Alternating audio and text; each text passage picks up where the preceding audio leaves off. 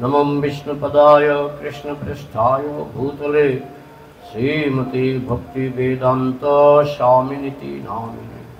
नमस्ते सारस्वती देवे गौरवाणी प्रचारिणे निर्विशेष शून्यवादी पाश्चात्य देशतारिणे।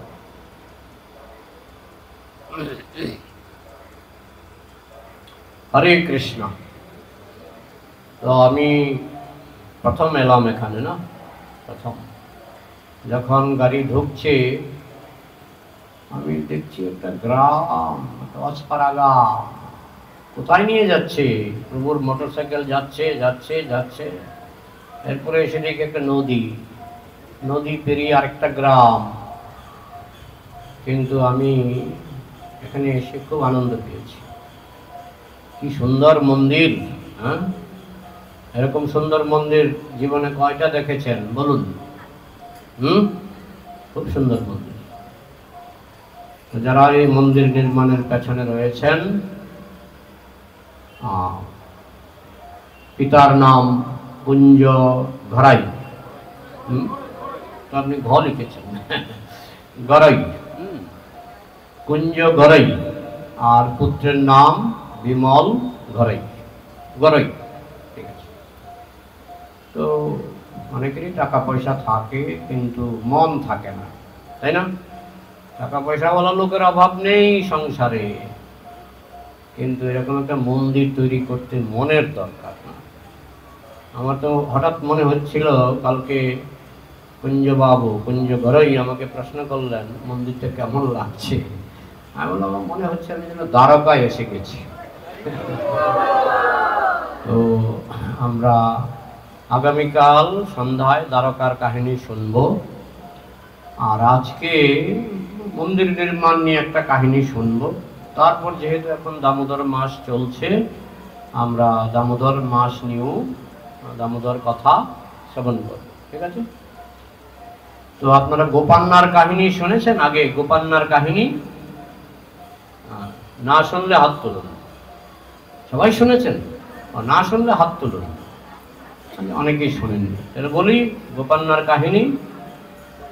গোপান্না ছিলেন একজন রাজকর্মচারী। কে কীর্তন করছেন? আচ্ছা, আপনাদের কিছু ভলেন্টিয়ার দরকার। কোথাও যদি কীর্তনের আওয়াজ হয়, কিংবা বাচ্চারা যদি কিচির মিচির করে, কিংবা কালী পূজার বাজি ফোটে, আপনাদের আমি অনুরোধ করব যে একজন ভলেন্টিয়ার আপনারা থাকুন, যাতে বাচ্চারা কিচির মিচির করতে না পারে। আর মোবাইল যদি বাজে, সবাইকে প্রসাদ খাওয়াতে হবে। ঠিক আছে? এটা আমাদের মায়াপুরের নিয়ম। মায়াপুরের নিয়ম, মোবাইলটাকে সাইলেন্ট করে রাখুন।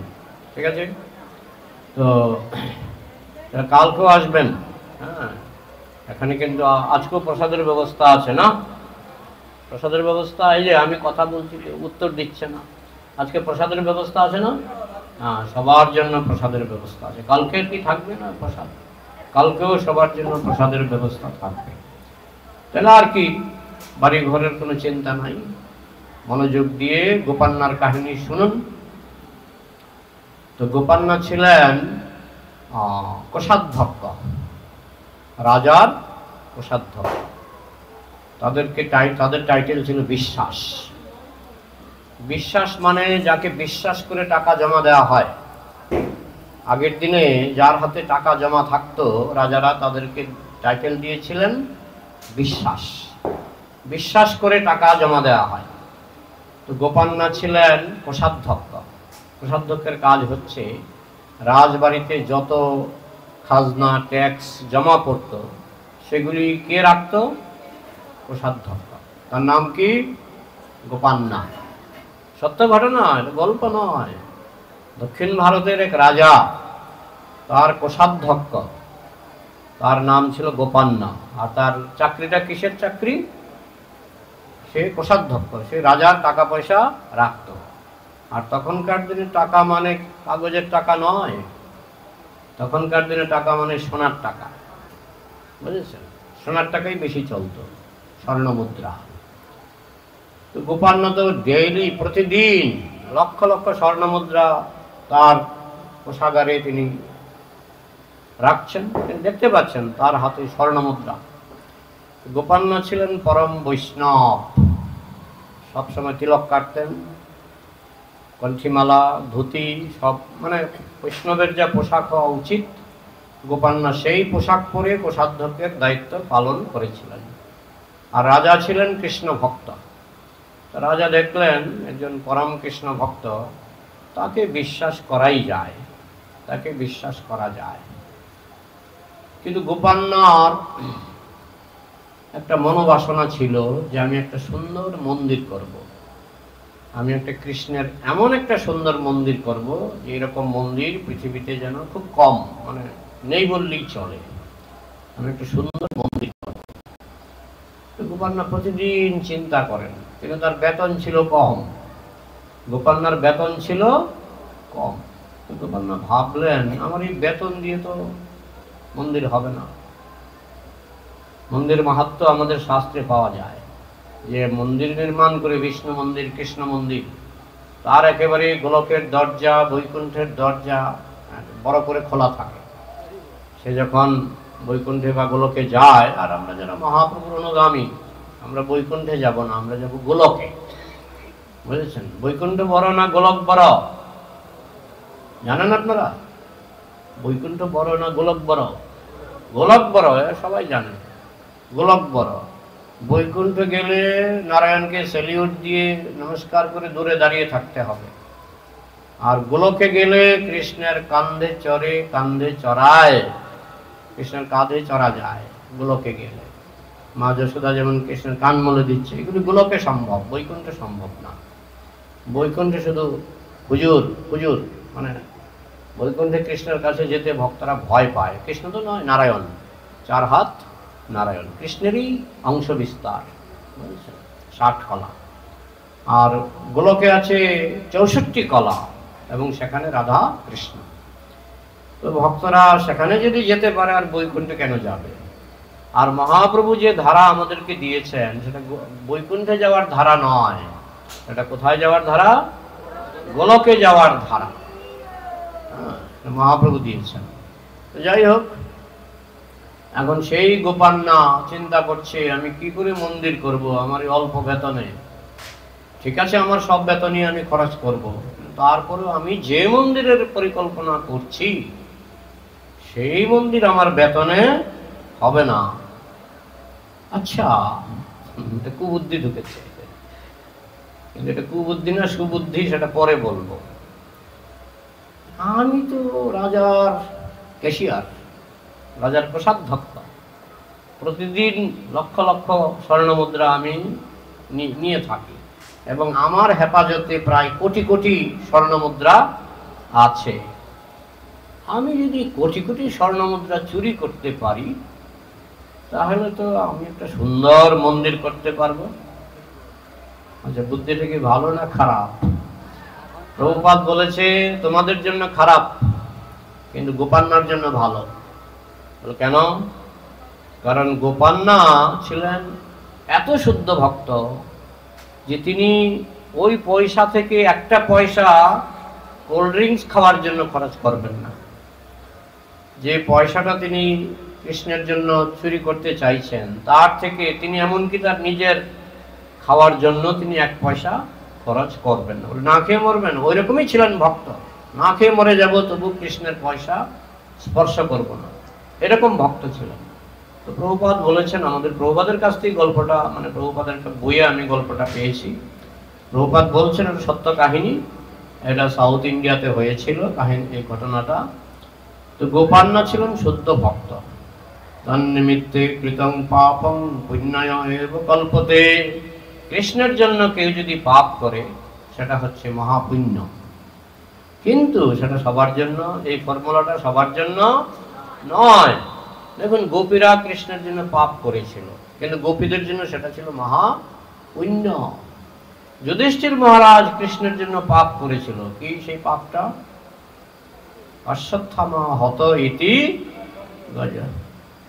অশ্বত্থামা মারা গেছে, কিন্তু হাতিটা কি জোরে বলেছিলেন না আস্তে বলেছিলেন? আস্তে বলেছিলেন। আসতেই বলুন আর জোরেই বলুন, মিথ্যা কথা কিনা? মিথ্যা কথা তো, মানে এক হিসেবে মিথ্যা কথা বলতে চাইছেন। দ্রোণাচার্যের ছেলে অশ্বত্থামা মারা গেছে, তো মিথ্যা কথা বলেছিলেন কার জন্য?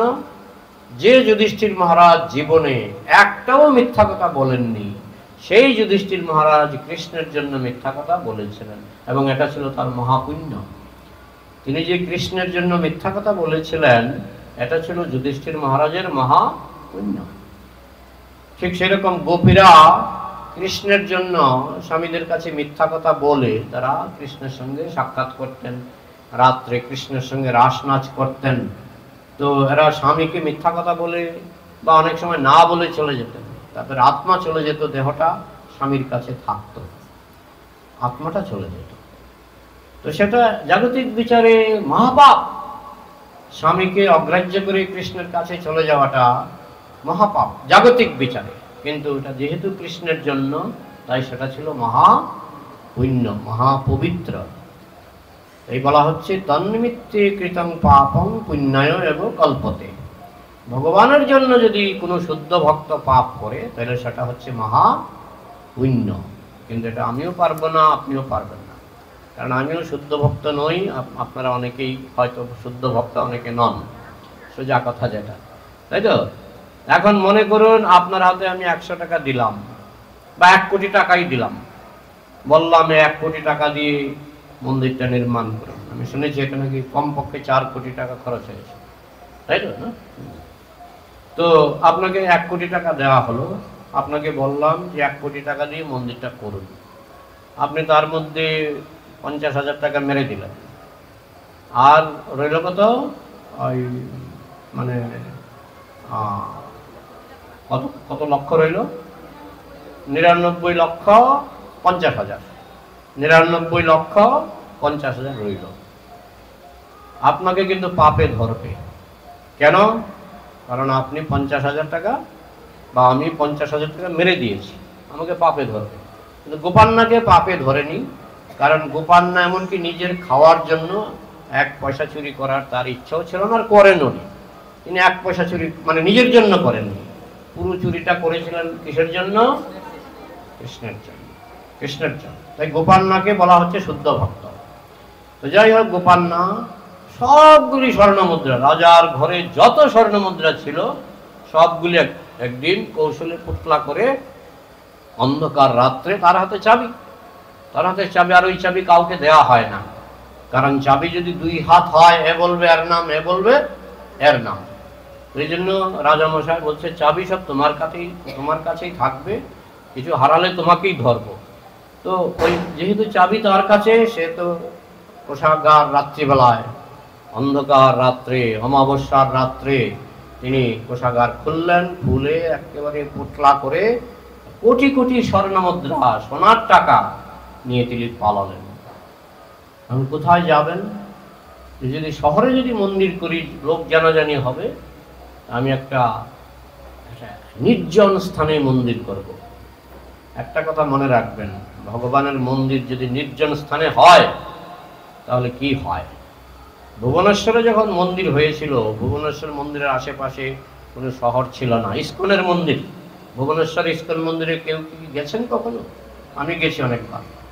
ওইটা নির্জন একটা জায়গা ছিল, আমি তখনও গেছিলাম, প্রায় 40 বছর আগে আমি যখন গেলাম, দেখি নির্জন জায়গা, শিয়াল ঘুরে বেড়াচ্ছে।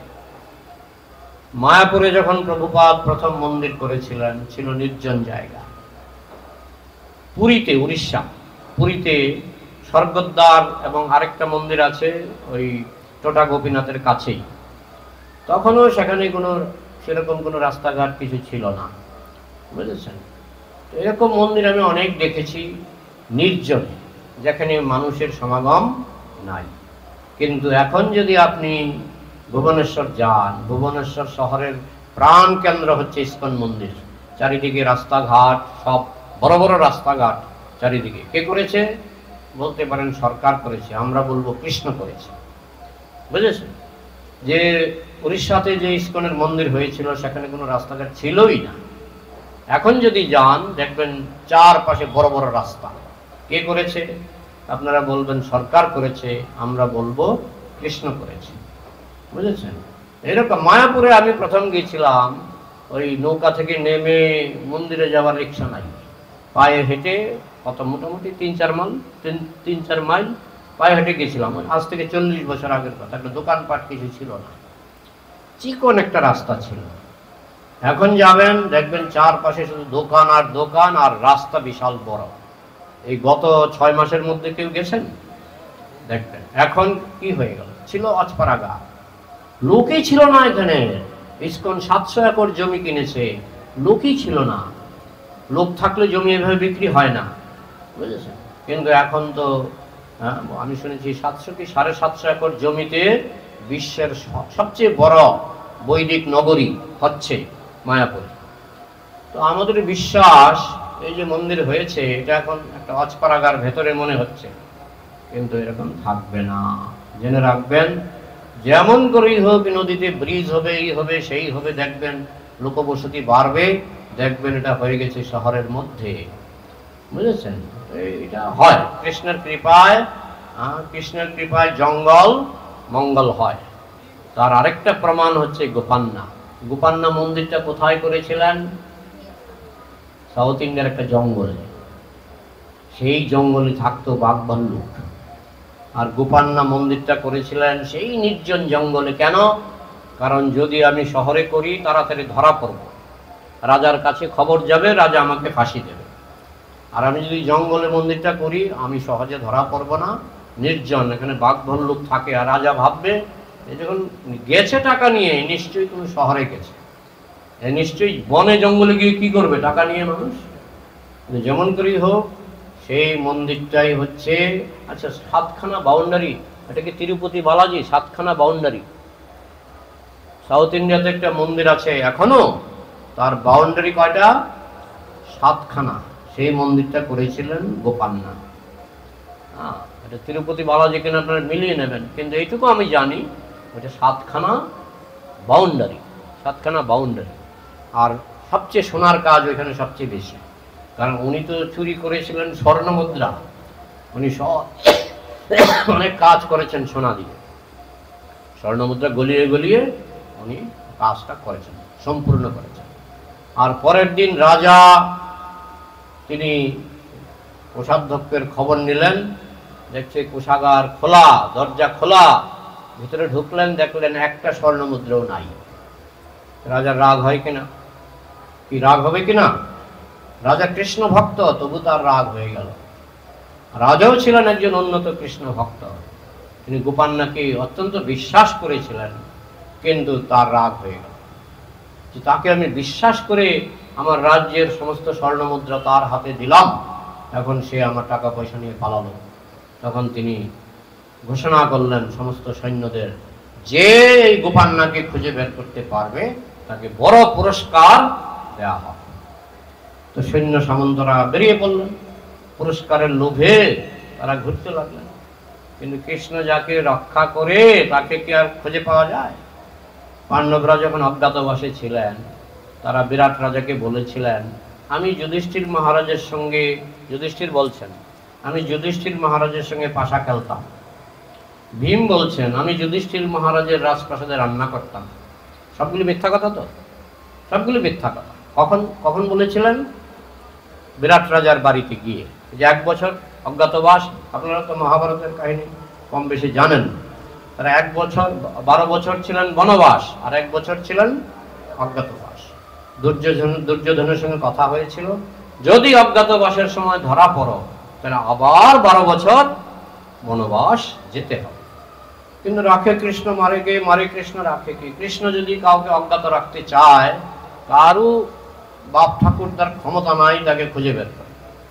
তো এই পঞ্চপাণ্ডব তারা গিয়ে বিরাট রাজের বাড়িতে, দ্রৌপদী কি বলছিলেন জানেন? আমি দ্রৌপদীর চুল বাঁধতাম, আমি দ্রৌপদীর চুলের যত্ন নিতাম। সবাই কিন্তু বলছে আমরা কোথা থেকে এসছি? আমরা পাণ্ডবদের রাজ্য ইন্দ্রপ্রস্থ থেকে এসছি। তাহলে তারা তো একবারও ভাবেননি এই ইন্দ্রপ্রস্থ নামটা উচ্চারণ করছি, আর আমি বলছি আমি পাণ্ডবদের রান্না করতাম। ভীম বলছে আমি পাণ্ডবদের রান্না করতাম। নকুল বলছিল কি আমি ঘোড়ার যত্ন নিতাম। আর সহদেব বোধ হয় গরুর যত্ন নিতাম। তো একজন পেলেন গোশালার দায়িত্ব, একজন পেলেন ঘোড়াশালার দায়িত্ব, ভীম কিসের দায়িত্ব পেয়েছিলেন? রান্নাঘরের দায়িত্ব। কিন্তু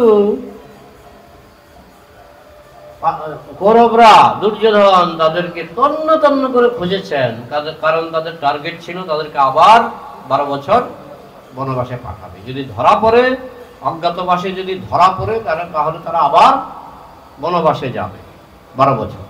দুর্যোধন কি ছাড়ার পাত্র? তিনি তন্ন তন্ন করে খুঁজে পায়নি। কেন খুঁজে পায়নি? তারা খুব ভালো করে লুকাননি, তারা প্রকাশ্যে রান্নাবান্না করতেন, তাই না? প্রকাশ্যেই ছিলেন এবং বলছেন আমরা যুধিষ্ঠির মহারাজের সভাতেই আমরা কাজ করতাম, যুধিষ্ঠির মহারাজের রাজ্যে আমরা কাজ করতাম। মানে সেই রাজ্যটাকে তারা গোপন করেনি। বলতে গেলে যদি কৃষ্ণ চাইতো ইজিলি তাদেরকে বের করা যেত। হ্যাঁ, দুর্যোধন যখন খোঁজ নিচ্ছিল তখন কেউ যদি গিয়ে বলতো যে বিরাট রাজার বাড়িতে এই পাণ্ডবদের কিছু কর্মচারী সেখানে গেছে, তখন সঙ্গে সঙ্গে দুর্যোধন সেখানে গিয়ে দেখলেই তো, চেহারা দেখলেই কম বেশি বুঝে ফেলতেন। হ্যাঁ, তো যাই হোক, তো যেহেতু কৃষ্ণ তাদেরকে গোপন রাখতে চেয়েছিলেন, তাই কৌরবরা তাদেরকে খুঁজে পাননি। ঠিক তেমনি গোপান্না জঙ্গলে গিয়েছেন। জঙ্গলে তো কত মানুষই কাঠুরিয়া কাঠ কাটতে যায়, এবং এত বড় একটা মন্দির হচ্ছে, তখনকার দিনে ঘোড়ার গাড়ি ভর্তি করে করে ওই সুরকি, পাথরের টুকরা এসব যাচ্ছে। তো খবর তো ছড়িয়ে পড়ার কথা, কিন্তু কৃষ্ণ চেয়েছেন খবরটা না ছড়াক, খবরটা ছড়ায়নি। মন্দির যখন প্রতিষ্ঠিত হয়ে গেল, 7খানা বাউন্ডারি হলো, তখন খবর রাজার কাছে পৌঁছালো যে অমুক জঙ্গলে, দক্ষিণ ভারতের অমুক জঙ্গলে একটা মন্দির হয়েছে, তার 7খানা বাউন্ডারি এবং মূর্তিগুলি সোনায় মোড়া। তখন মহারাজ বললেন, দেখো গোপান্নার কাণ্ড কিনা, খোঁজ নাও গোপান্নার কাণ্ড কিনা। তখন গুপ্তচররা গেল, গিয়ে দেখে এটা গোপান্নাই মন্দির করেছে। সঙ্গে সঙ্গে তারা রাজার কাছে খবর দিল। রাজা বলল এখনই তাকে অ্যারেস্ট করে নিয়ে আসো। সঙ্গে সঙ্গে গোপান্নাকে বন্দি করে, গোপান্না এখন ভাবছে আমার কাজ তো হয়ে গেছে, আমি চেয়েছিলাম কৃষ্ণের একটা মন্দির করব, আমার কাজ হয়ে গেছে, এখন আমাকে ফাঁসি দিল, আমি গোলকে যাব। এখন যদি আমাকে ফাঁসিও দেয় আমি গোলকে যাব। এই চিন্তা করে গোপান্না কিন্তু ভয় পাননি, তিনি রাজার কাছে এলেন। তো রাজা যেহেতু নিজেও বৈষ্ণব ছিলেন, আর গোপান্নার কপালে তখনও তিলক, কণ্ঠিমালা, ধুতি, জপ করছেন আনন্দে, হরে কৃষ্ণ কৃষ্ণ কৃষ্ণ হরে হরে, হরে রাম রাম রাম হরে হরে। রাজা একটু কষ্ট হলো তাকে ফাঁসি দেওয়ার সিদ্ধান্ত নিতে। তাকে কি করে ফাঁসি দিই? প্রথমত রাজা বুঝতে পেরেছে যে মন্দির হয়েছে সেটা অনেক খরচ করে করেছে। এটা কোনো অল্প খরচের মন্দির নয়। তার মানে সে আমার কাছ থেকে যা স্বর্ণমুদ্রা চুরি করেছে, আমি মন্দিরের তথ্য সংগ্রহ করে যা বুঝতে পারলাম, পুরোটা টাকাই এই মন্দিরের পেছনেই সে খরচ করেছে, সে নিজের জন্য কিছুই করেনি। তো রাজা তার একটু কুণ্ঠাবোধ হলো, কি করে তাকে ফাঁসি দিই। ঠিক আছে, তাকে আমি জেলে বন্দি করে রাখি। তখন রাজা যেহেতু বৈষ্ণব ছিলেন, একজন বৈষ্ণব আর একজন বৈষ্ণব যদি অপরাধও করে, শতগুলো মাথায় যতক্ষণ তিলকটা আছে একটু হলেও একটা সংকোচ থাকে। তাকে আর ফাঁসি দেওয়া হয়নি, তাকে জেলখানার ভেতরে রাজা নিজে হাতে তালা দিয়ে জেলখানায় তাকে বন্দি করে রাখলেন। সে তো খুশি, গোপান্না খুশি, কারণ জেলখানাতে একটা জিনিসের গ্যারেন্টি আছে, সেটা কি? খাবারের গ্যারেন্টি জেলখানায় আছে। হ্যাঁ, যাই হোক, তখনকার দিনে বেশিরভাগই, এখনো সাউথ ইন্ডিয়ায় বেশিরভাগই হচ্ছে নিরামিষ ভোজি। তো গোপান্নাকে নিরামিষ দেওয়া হতো, আর রাজা জানতেন বৈষ্ণবকে আর মাছ মাংস দেওয়া হবে না, ও নিরামিষ দিতেন, ওই নিরামিষ খেত। ওই জেলখানার ভিতরে কৃষ্ণ নাম জপ করে সে আনন্দে দিন কাটাচ্ছিল। হ্যাঁ, আর রাজার সাহস হলো না তার তৈরি করা মন্দিরটাকে ভেঙে ফেলেন। কি করে ভাঙেন? আর ভাঙলেই বা কি লাভ? যেটা হয়ে গেছে, এটা ভেঙে তো আর কোনো লাভ নেই। হয়ে গেছে হয়ে গেছে। আর রাজা বৈষ্ণব, তিনি একটা মন্দির কি করে ভাঙেন, তিনি মন্দিরটা ভাঙতেও পারলেন না। এদিকে গোপান্নাকে ফাঁসিও দিতে পারলেন না। যাই হোক, গোপান্নাকে বন্দি করে জেলখানায় আটকে রাখলেন। ওই দিন রাত্রে, যেদিন গোপান্নাকে জেলখানায় বন্দি করা হলো, ওই দিন রাত্রে রাজা স্বপ্ন দেখছেন, কৃষ্ণ স্বয়ং স্বপ্নে উপস্থিত। কৃষ্ণ বলছেন, আমার ভক্তকে তুমি কেন বন্দি করেছ? সোজা প্রশ্ন। কৃষ্ণ প্রশ্ন করছেন কাকে? রাজাকে।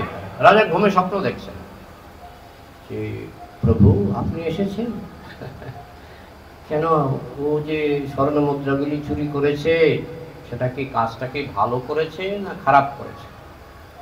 তো স্বর্ণ মুদ্রা চুরি করে সে কি মদ খেয়েছে না গাঁজা খেয়েছে না কি করেছে? বলে হ্যাঁ, আপনার মন্দিরই তো করেছে। মানে স্বপ্নে কথা হচ্ছে, আপনার মন্দিরই তো করেছে। তো এখন ওই যে স্বর্ণ মুদ্রাগুলি সে চুরি করেছে, সেগুলি কি তোমার স্বর্ণ মুদ্রা না আমার স্বর্ণ মুদ্রা? কে প্রশ্ন করছে?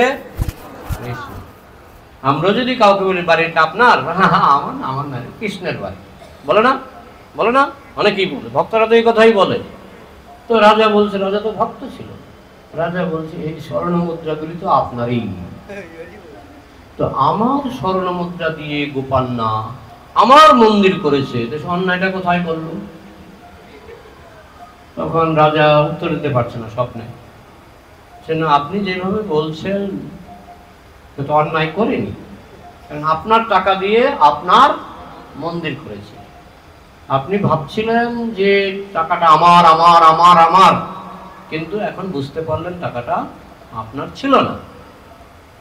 তখন কি করব কৃষ্ণ, আপনি দয়া করে আমাকে স্বপ্নে দর্শন দিয়েছেন, কি করব বলুন। তাহলে কত টাকা চুরি করেছে? যে 10 কোটি স্বর্ণ মুদ্রা। ধরা 1 2 3, কৃষ্ণ হাত থেকে ছাড়ছে টাকা, স্বর্ণ মুদ্রা ছাড়ছে। কি ছাড়ছে? স্বর্ণ মুদ্রা। তো স্বপ্নের স্বর্ণ মুদ্রা তো স্বপ্নেই থাকে না। যখন 10 কোটি গোনা হয়ে গেল, স্বপ্নে সারা রাত স্বপ্ন দেখছেন, 10 কোটি গোনা হয়ে গেল, কৃষ্ণ বললেন গোপান্না তোমার কাছ থেকে যতগুলি স্বর্ণ মুদ্রা চুরি করেছিল আমি সবগুলো কিন্তু ফেরত দিলাম। তাহলে তোমার জিনিস তুমি পেয়েছো? হ্যাঁ পেয়েছি কৃষ্ণ, পেয়েছি। ঠিক আছে, তাহলে তুমি গোপান্নাকে ছেড়ে দাও। গোপান্না যে চুরি করেছিল তার সব জিনিস আমি তোমাকে, প্রথমত স্বর্ণ মুদ্রাগুলি আমার, স্বর্ণ মুদ্রাগুলি কৃষ্ণের, আমার নয়। তারপরেও তুমি যেহেতু অভিযোগ করছো যে সে চুরি করেছে অন্যায়ভাবে, আমি আমার ভক্তের ঋণ শোধ করলাম। বলে কৃষ্ণ অদৃশ্য হয়ে গেলেন। রাজা তখন ঘেমে, একেবারে স্বপ্নের মধ্যে ঘেমে বিছানা ভিজে গেছে। তিনি ঘুম থেকে উঠে দেখেন কৃষ্ণ নাই, কিন্তু স্বর্ণ মুদ্রাগুলি দেখতে পেলেন। স্বর্ণ মুদ্রাগুলি তার খাটের পাশে একেবারে পাহাড়ের মতো স্তূপ করা স্বর্ণ মুদ্রা। তখন রাজার অবস্থাটা কি হবে? রাজাও তো কৃপা পেয়েছেন না, ভগবানের স্বপ্নতে পেয়েছেন, কিন্তু সবচেয়ে অবাক কাণ্ড হলো আমরা স্বপ্নে কোটি টাকা পেতে পারি, কিন্তু সেটা তার ঘুম থেকে উঠলে আর থাকে না। কিন্তু সেই রাজা স্বপ্নে 10 কোটি স্বর্ণ মুদ্রা পেলেন, এবং সেই স্বর্ণ মুদ্রা তিনি ঘুম থেকে উঠে দেখতে পেলেন। তো রাজা অভিভূত হয়ে গেলেন যে গোপান্না এত বড় ভক্ত, আমার কি সাহস হলো তাকে আমি জেলখানায় বন্দি করে রেখেছি, আর যদি রাগের বসে যদি ফাঁসি দিয়ে দিতাম না কত বড় পাপ হতো। যাই হোক, আমি এখন যাই, তাকে জেলখানা থেকে ছেড়ে দিই। রাজা রাত্রি দৌড়ালেন, তার হাতে ওই গোপান্নার জেলখানার চাবি। রাজা নিজে হাতে তার দরজা খুললেন, খুলে একেবারে দণ্ডবত প্রণাম করে কান্না শুরু করলেন, হাউমাউ করে। গোপান্না বলছেন আপনি কাঁদছেন কেন? আমি তো অন্যায় করেছি, আমাকে জেলে দিয়েছেন। না, যে ঘটনা ঘটেছে এই ঘটনা যদি তুমি শোনো তাহলে তুমিও কাঁদবে। কি হয়েছে? তখন পুরো স্বপ্নের কথা রাজা গোপান্নাকে বললেন। তখন গোপান্নাও কাঁদতে শুরু করলেন। তখন বলছে যাই হোক, আর কান্না করে লাভ নেই, তুমি এক কাজ করো, আমার শয়ন কক্ষে যেখানে আমি ঘুমাই সেখানেই 10 কোটি স্বর্ণ মুদ্রা আছে, তুমি সেই স্বর্ণ মুদ্রাগুলি নিয়ে যাও এবং তুমি তোমার মন্দিরটাকে আরো সাজাও। দক্ষিণ ভারতে সেই মন্দিরটা এখনো আছে, আপনারা এটা খোঁজ নেবেন। এটা ওই বইটাতে লেখা আছে, কিন্তু আমার এখন হয়তো বালাজি, হয়তো তিরুপতি বালাজি, যেখানে আমার এইটুকু মনে আছে 7খানা বাউন্ডারি, আর এইটুকু মনে আছে সোনার কাজ সবচেয়ে বেশি। ওই মন্দিরে সোনার কাজ সবচেয়ে বেশি। আবার এদের সোনার একটা গোডাউনও আছে, যেখানে অনেক সোনা গয়না, মুকুট এসব সংরক্ষিত আছে। তো এই যে কাহিনীটা, এটা প্রভুপাদ বলেছেন, প্রভুপাদ বলেছেন। এবং এই কাহিনীর দ্বারা গোপান্না যেহেতু শুদ্ধ ভক্ত ছিল, তাই এখানে প্রমাণ হলো যে কৃষ্ণের জন্য চুরি করেও যদি কেউ মন্দির করে, তবু তাকে কৃষ্ণ কৃপা করেন। তবে এটা সবার জন্য নয়, এই নীতিটা শুদ্ধ ভক্তের জন্য। যারা শুদ্ধ নয়, নিজেরাই শুদ্ধ নয়, তারা যদি পায়ও 10 কোটি টাকা, কমপক্ষে 1 কোটি তারা আগে ব্যাংকে রাখবে, যেটা আমার, এটা আমার, আর 9 কোটি টাকা দিয়ে আমি মন্দিরটা করি। কিন্তু গোপান্ন সেটা করেননি। সে খাওয়ার চিন্তা করেনি, আমি কি খাবো এই চিন্তা সে করেনি। সে যেমন করে হোক মন্দিরটা কমপ্লিট করে তারপর রাজার হাতে ধরা পড়েছিল। কিন্তু এই কাহিনীর দ্বারা আমাদের শিক্ষা হলো যে শুদ্ধ ভক্ত কৃষ্ণের জন্য তন্নিমিত্তে কৃতং পাপং পুণ্যায় কল্পতে। কে যদি কৃষ্ণের জন্য পাপ করে, শুদ্ধ ভক্ত, এটা মনে রাখতে হবে, আমি আপনি করলে হবে না, শুদ্ধ ভক্ত করতে পারে।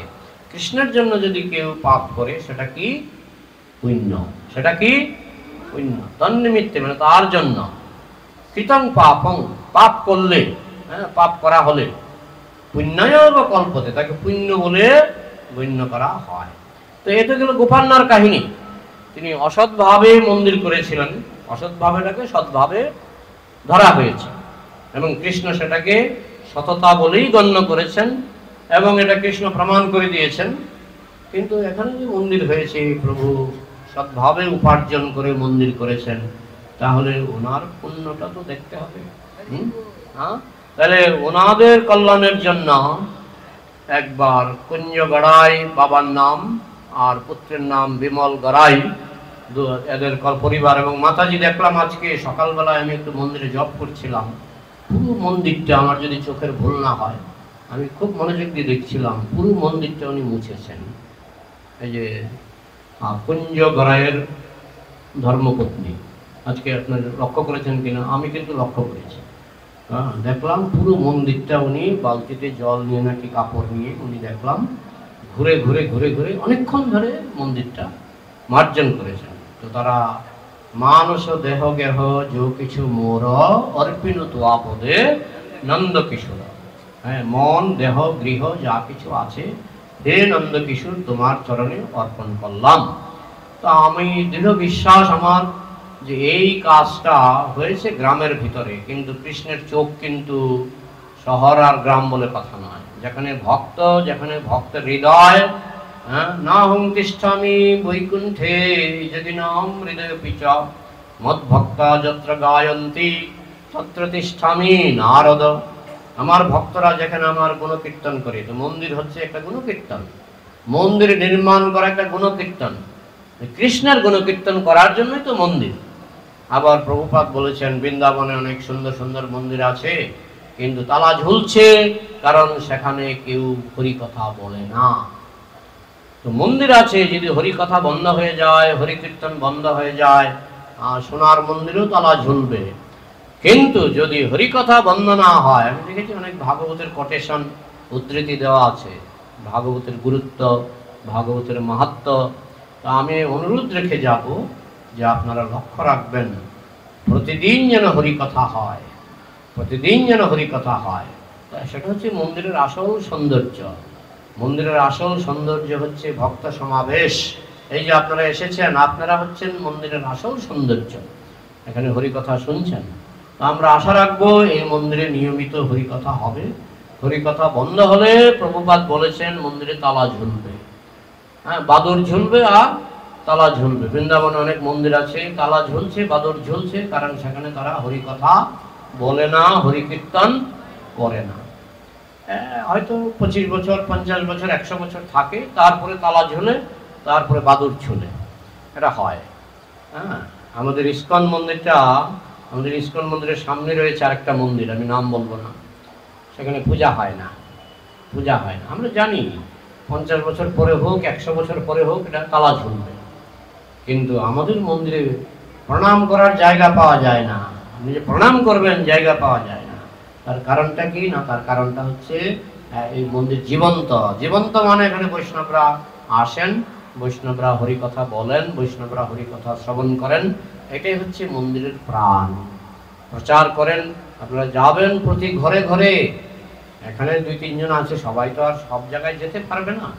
আপনারা দায়িত্ব নেবেন, আপনি 5 ঘর যান, উনি 5 ঘর যান, এই মন্দিরের সেবার জন্য। মন্দির চালাবার খরচ আছে, এই মন্দিরের সেবার জন্য আপনারা কিছু দান করুন, যে যা পারে, মানে সহজভাবে, জবরদস্তি নাই। কেউ যদি মনে করে আমি 1 মুঠ চাল দিলাম, তাও দিক, কোনো অসুবিধা নেই। তো আপনারা ঘুরে ঘুরে ভগবানের জন্য কালেকশন করবেন, সবাই সহযোগিতা করবেন, তাহলে এই মন্দির কিন্তু চলবে। এই মন্দিরের একটা ভবিষ্যৎ আছে। এবং আমি শুনেছি আর দলিলপত্র নাকি এখন ইস্কনের কাছে গিয়েছে, ইস্কনের এখন নাকি নারগোপাল প্রভুর হাতে দলিল আছে। তো মাঝে মধ্যে খোঁজ নেবেন, আমিও খোঁজ নেব। আমি যখন মায়াপুর যাব, যদি বাই চান্স কিছুদিন আগেও নারগোপাল প্রভুর সঙ্গে দেখা হয়েছিল, যদি দেখা হয় আমি বলবো আপনি মন্দিরটা ঘুরে আসুন। আগে উনি এসছেন কি এখানে এই মন্দিরে? এই মন্দিরটা যদি ঘুরে যদি এখানে আসে, আমি শিওর খুব তাড়াতাড়ি ব্যবস্থা হবে। আপনারা সবাই সহযোগিতা করুন। একজন একটা শুভ কাজে নেমেছেন, একটা পরিবার, আপনারা তাকে উৎসাহিত করুন, যাতে এই কাজ, শুভ কাজ যারা সহযোগিতা করবে তাদেরও গোলকগতি হবে, মহাপ্রভুর কাজ তাদেরও গোলকগতি হবে। আপনারা এই ব্যাপারে এই পরিবারকে সাহায্য করুন, যাতে এই মন্দিরটা সঠিকভাবে স্থাপিত হয়।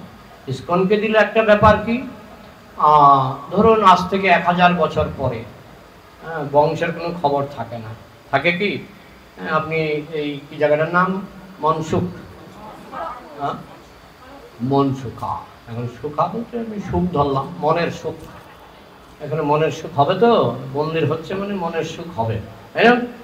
আচ্ছা, আপনারা পাশের বাড়িতে গিয়ে একটা ডায়েরি, একটা কলম নিয়ে জিজ্ঞেস করুন, আজ থেকে 500 বছর আগে আপনার বাড়িতে কে ছিল? আপনি বেশি না 10টা বাড়ি ঘুরে আসেন, ডায়েরি আর কলম। এই আপনার এই বাড়িতে 500 বছর আগে কে ছিল? কি উত্তর পাবেন? একজন হাত তুলুন। কি উত্তর পাবেন? কিছুই জানি না, কিছুই জানি না। তাহলে এই মন্দির যদি ইস্কন থাকবে 10,000 বছর, এটা শাস্ত্রে বলা হয়েছে, ইস্কন থাকবে 10,000 বছর। এখন যদি এটা পারিবারিক দায়িত্বে থাকে না, ওই 500 বছর পরে কোনো মানে বংশের কোনো চিহ্ন থাকে না। আমি প্রমাণ দিলাম, আপনি ডায়েরি নিয়ে যান তো পাশের ঘরে, জিজ্ঞেস করুন ওই ঘরে 500 বছর আগে কে ছিল। আপনি 100টা ঘর ঘুরে আসুন, সব ঘরে একই উত্তর পাবেন, জানি না, জানি না। এখান থেকে ঘুরতে ঘুরতে আসানসোল চলে যান, একই উত্তর, জানি না, জানি না, জানি না। তাহলে আমাদের বংশের কোনো গ্যারান্টি নাই, বংশ চলে যাবে, বংশ নিশ্চিহ্ন হয়ে যাবে, বংশ চলে যাবে। যারা ভালো কাজ করেছে তারা গোলকে, কিন্তু এই মন্দির যাতে 10,000 বছর টিকে থাকে, সেই জন্য কিন্তু ইস্কনের মতো সংস্থার প্রয়োজন আছে। তো আপনারা চেষ্টা করলে কৃষ্ণ ভক্তবাঞ্ছা পূর্ণ করে নন্দের নন্দন। এই হলো আমার মন্দির নিয়ে কথা। আগামীকাল দ্বারকা নিয়ে কথা বলবো। আর এখন একটু দামোদর কথা। অনেকে বলে যে সনাতন ধর্মের ভগবান এত ছোট। কয়েকদিন আগে একজন মুসলমান আমাকে লিখেছে, আপনাদের ভগবান এত ছোট, টুকরিতে করে বসুদেব কৃষ্ণ জন্মালো মথুরায়, না? মথুরার জেলখানার ভিতরে জন্মেছে। প্রথম আপত্তি, কৃষ্ণের জন্ম হয় না। দ্বিতীয় আপত্তি, জন্মেছে তো জন্মেছে, এত ছোট, তাকে একটা টুকরিতে করে বসুদেব কোথায় রেখে এলো? নন্দালয়ে, বৃন্দাবনে রেখে আসলো, এত ছোট। আমি বললাম আমাদের ভগবান, আমি উত্তর লিখেছি, আমি বললাম আমাদের ভগবান সর্বশক্তিমান, তিনি একটা বোতলের ভিতরে প্রবেশ করতে পারেন। আমি এই কথাটাই লিখেছিলাম। কারণ আপনি এই বোতলটার ভিতরে, এখানে যারা শ্রোতা আছেন, এই বোতলটার ভিতরে কে প্রবেশ করতে পারবেন? পাঠ চলাকালে উঠে যাওয়াটা অপরাধ। এই বোতলের ভিতরে কে কে প্রবেশ করতে পারবেন? বোতলের ভিতরে কে প্রবেশ করতে পারবেন? কে প্রবেশ করতে পারবেন এই বোতলের ভিতরে? কেউ পারবেন? কারণ আমরা অল্প শক্তিমান, আমরা অল্প শক্তিমান, কিন্তু ভগবান সর্বশক্তিমান। তিনি এই বোতলে কেন, তিনি অনুপরমাণুর ভিতরেও প্রবেশ করতে সক্ষম, তাই না? তিনি অনুপরমাণুর ভিতরেও প্রবেশ করতে সক্ষম। তাহলে ভগবান মার কুলে, যশোদা মার কুলে আসবেন, হ্যাঁ, এটা আর কি অবাক হওয়ার কি আছে? কুলে তারও কি জন্মের প্রয়োজন? না, প্রয়োজন প্রয়োজন নেই। কিন্তু প্রেম বলে একটা বস্তু ভগবান সৃষ্টি করেছেন, প্রেম। এই প্রেম কিন্তু সবার প্রয়োজন। ভগবানও প্রেম ছাড়া থাকতে পারে। যদি অন্য ধর্মের মানুষকে প্রশ্ন করেন যে আপনাদের ভগবান কেন এত মানুষ সৃষ্টি করলেন, আমাদের উত্তর হচ্ছে প্রেমের জন্য। আমাদের উত্তর কি? প্রেমের জন্য। কিন্তু অন্য ধর্মের মানুষ উত্তর দিতে পারে না। সেই সৃষ্টি করেছেন, সৃষ্টিকর্তা সৃষ্টি করেছেন। আরে সৃষ্টি কেন করেছেন? কেন করেছেন? প্রেমের জন্য। স্বামী স্ত্রী বিবাহ করে, তো বিবাহ করে 5টা সন্তান হলো। আচ্ছা, 5টা সন্তান স্বামী স্ত্রী কেন সৃষ্টি করলেন? প্রেম, বাৎসল্য প্রেম। সেটা কি প্রেম?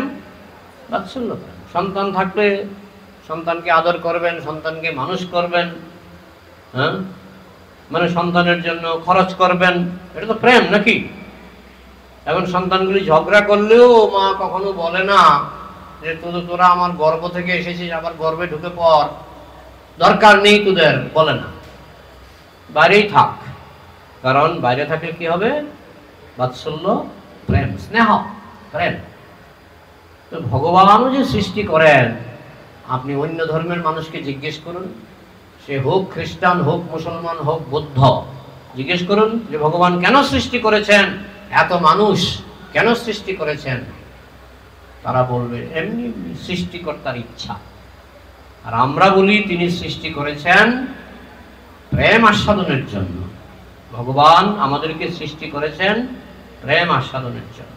কিন্তু প্রেম আস্বাদনের একটা শর্ত আছে, বলতে পারেন নিঃশর্ত প্রেম। হ্যাঁ, কৃষ্ণ চাইছেন নিঃশর্ত প্রেম। হ্যাঁ, প্রভুপাদ বলতেন, প্রভুপাদের কথা অকাট্য, অকাট্য, খণ্ডন করা যায় না। প্রভুপাদ বলতেন, আমি যদি পিস্তল নিয়ে, একটা বিদেশি ভক্তকে দেখাচ্ছেন এরকম, আমি যদি একটা পিস্তল নিয়ে তোমাকে বলি, এই তুমি আমাকে ভালোবাসো, না হলে আমি কিন্তু তোমাকে এক্ষুনি গুলি করে হত্যা করব। তুমি যদি বলো ভালোবাসি ভালোবাসি ভালোবাসি, আচ্ছা এটা কি প্রেম কিনা আপনারা বলুন? এটা কি প্রেম? না। এই জন্য কৃষ্ণ আমাদের পিস্তল দেখায় না। কৃষ্ণ আমাদের পিস্তল দেখায় না। তুমি আমাকে ঘৃণা করতে পারো, আমাকে ভালোবাসতে পারো। আর এই সুযোগটা যখন আমরা পেয়ে গেছি, আর কৃষ্ণ ইচ্ছা করে এই সুযোগটা দিয়েছেন, যথেচ্ছসি তথা কুরু, গীতাতে বলছেন তোমার যা ইচ্ছা তুমি তাই করো। আর কৃষ্ণ হচ্ছেন বাঞ্ছাকল্পতরু। কৃষ্ণ আমি তো মলমূত্র আস্বাদন করতে চাই, তথাস্তু, তুমি শুকর হয়ে যাও, শুকর হয়ে যাও। শুকর হলে মল খাওয়ার সময়, পায়খানা খাওয়ার সময় সে লেজ নাড়ে। কেন লেজ নাড়ে? টেস্ট পাচ্ছে, আনন্দ পাচ্ছে। তো আমাদের যা ইচ্ছা, আমাদের যত বাজে ইচ্ছা, কৃষ্ণের কাছে আমরা না চাইলেও, কৃষ্ণ তো অন্তর্যামী, তিনি তো অন্তরে বসে আছেন, তিনি অন্তর থেকে দেখছেন কার অন্তরে কি ইচ্ছা। আমরা তো মুখে বলি ন ধনম ন জনম ন সুন্দরী, আমি ধন চাই না, জন চাই না, সুন্দরী চাই না, বলি তো মুখে, আর ভেতরে ভেতরে বলছি ধনম দেহি, জনম দেহি, সুন্দরীম দেহি, তাই না? তো কৃষ্ণ দেখেন এই দুটো প্রার্থনা করছে, একটা হচ্ছে বাইরে প্রার্থনা, আর একটা হচ্ছে ভিতরে প্রার্থনা। কৃষ্ণ দেখেন কোনটার জোর বেশি। যদি দেখেন তার ভিতরের প্রার্থনার জোর বেশি, তাহলে কৃষ্ণ তার ভিতরের প্রার্থনাগুলি আগে পূরণ করেন, কারণ তিনি অন্তর্যামী।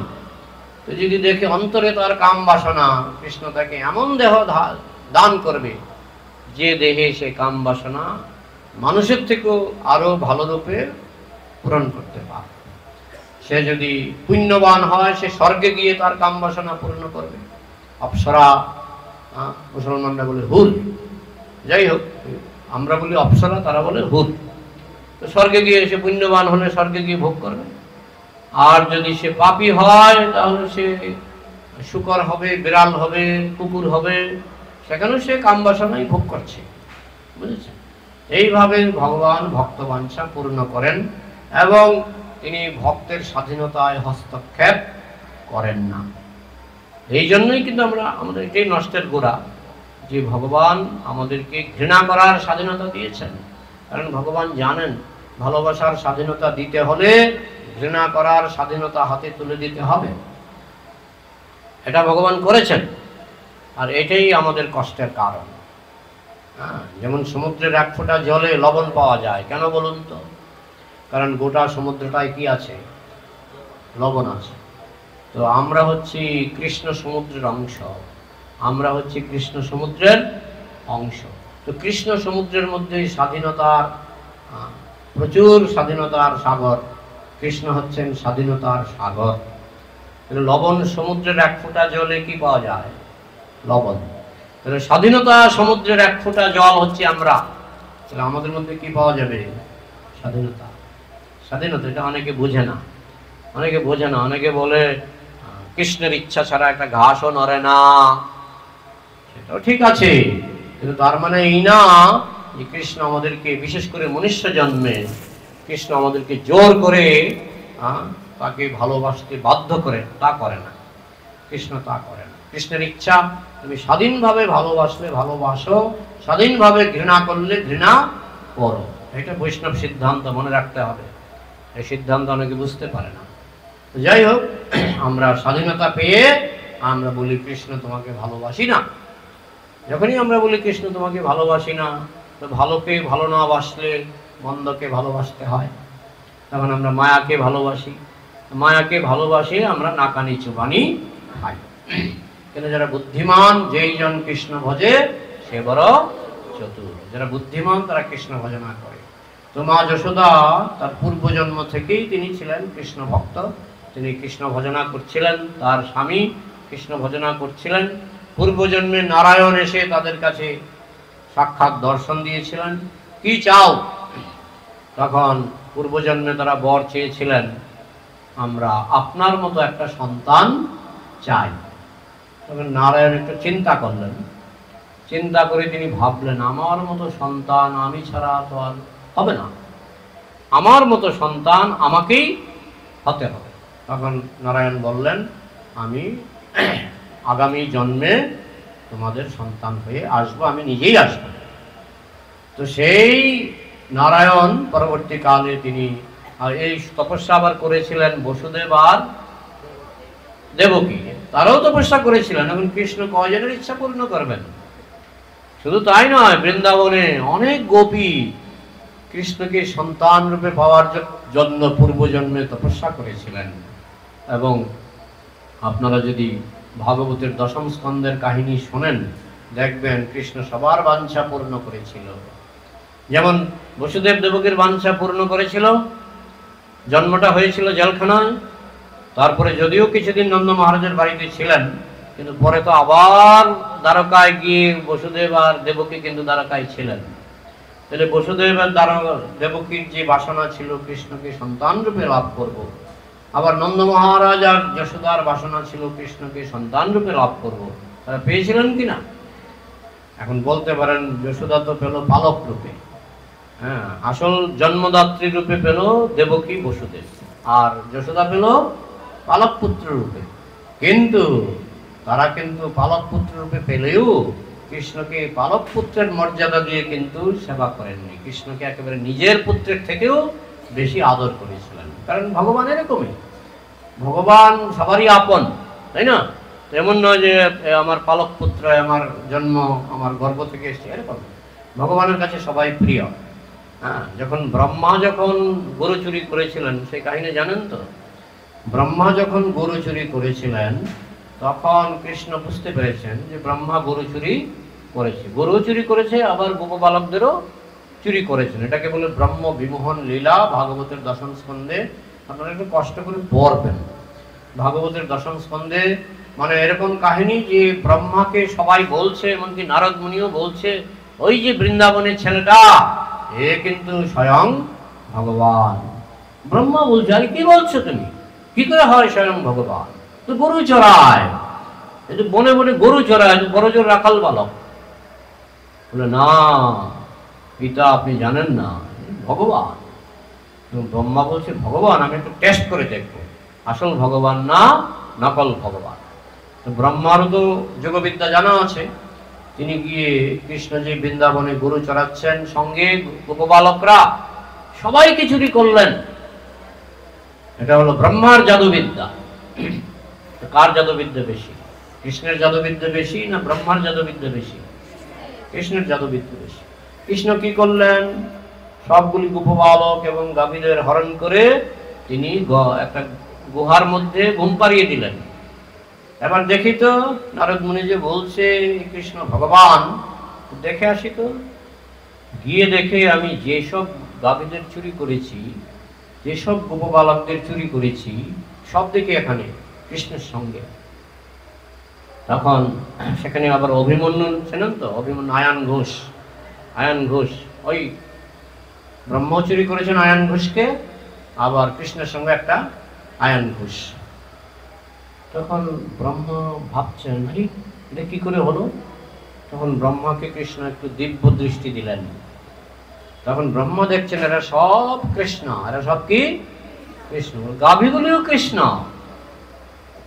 কি করে না কৃষ্ণ বানিয়েছে। আগের গুলি যারা যেগুলিকে চুরি করা হয়েছে সেগুলি গুহার মধ্যে ঘুমিয়ে আছে, তারা কৃষ্ণ ছিল না।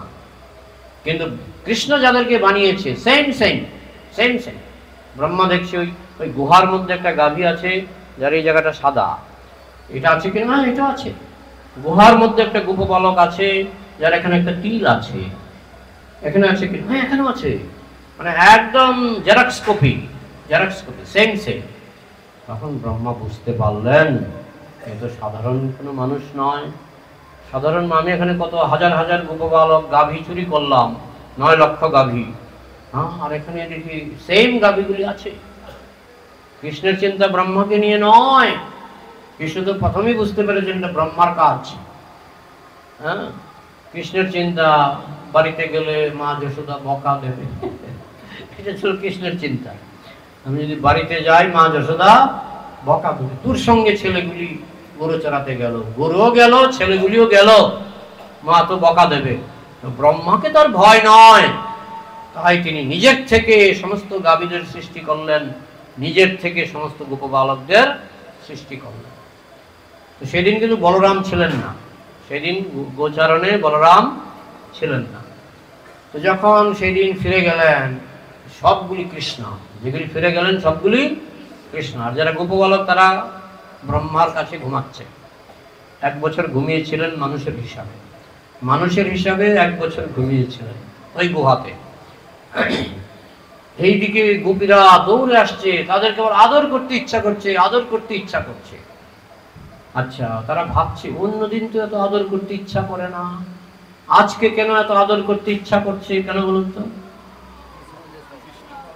তারা তো ছদ্মবেশে আছে, গোপবালক আর গাভী, তারা গাভীদের ধরে আদর করছে, কারণ গাভীটাকে কৃষ্ণ।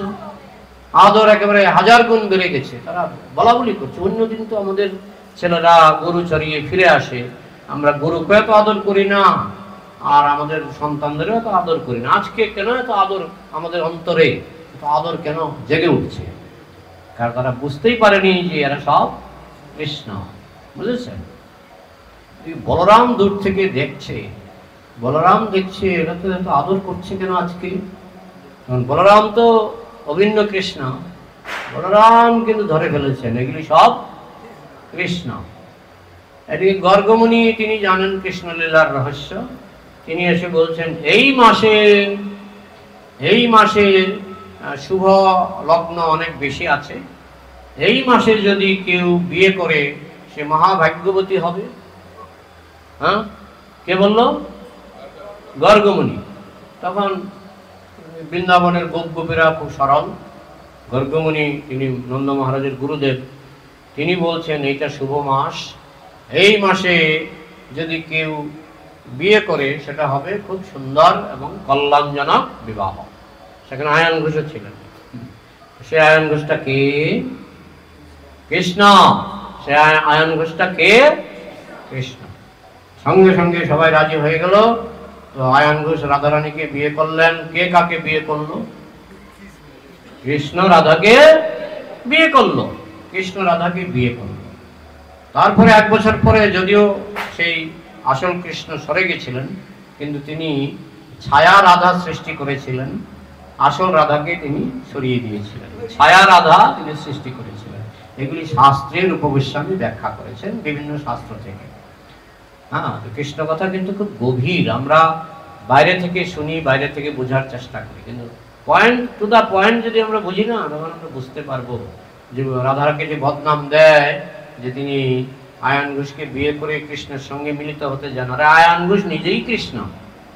আয়ন ঘোষ কিন্তু নিজেই কৃষ্ণ, অন্তত লীলাগুলির কিছু কিছু ক্ষেত্রে আয়ন ঘোষ কৃষ্ণ। পরে তিনি ছায়া রাধার সৃষ্টি করলেন, আসল রাধাকে নিয়ে নিলেন। তখন আয়ন ঘোষ যেই হোক তাদেরকে যায় আসে না, কারণ রাধাই তো আসল ছিল না তখন রাধাই ছিল ডুপ্লিকেট। বুঝেছেন? তো যাই হোক, কৃষ্ণলীলা অত্যন্ত গভীর।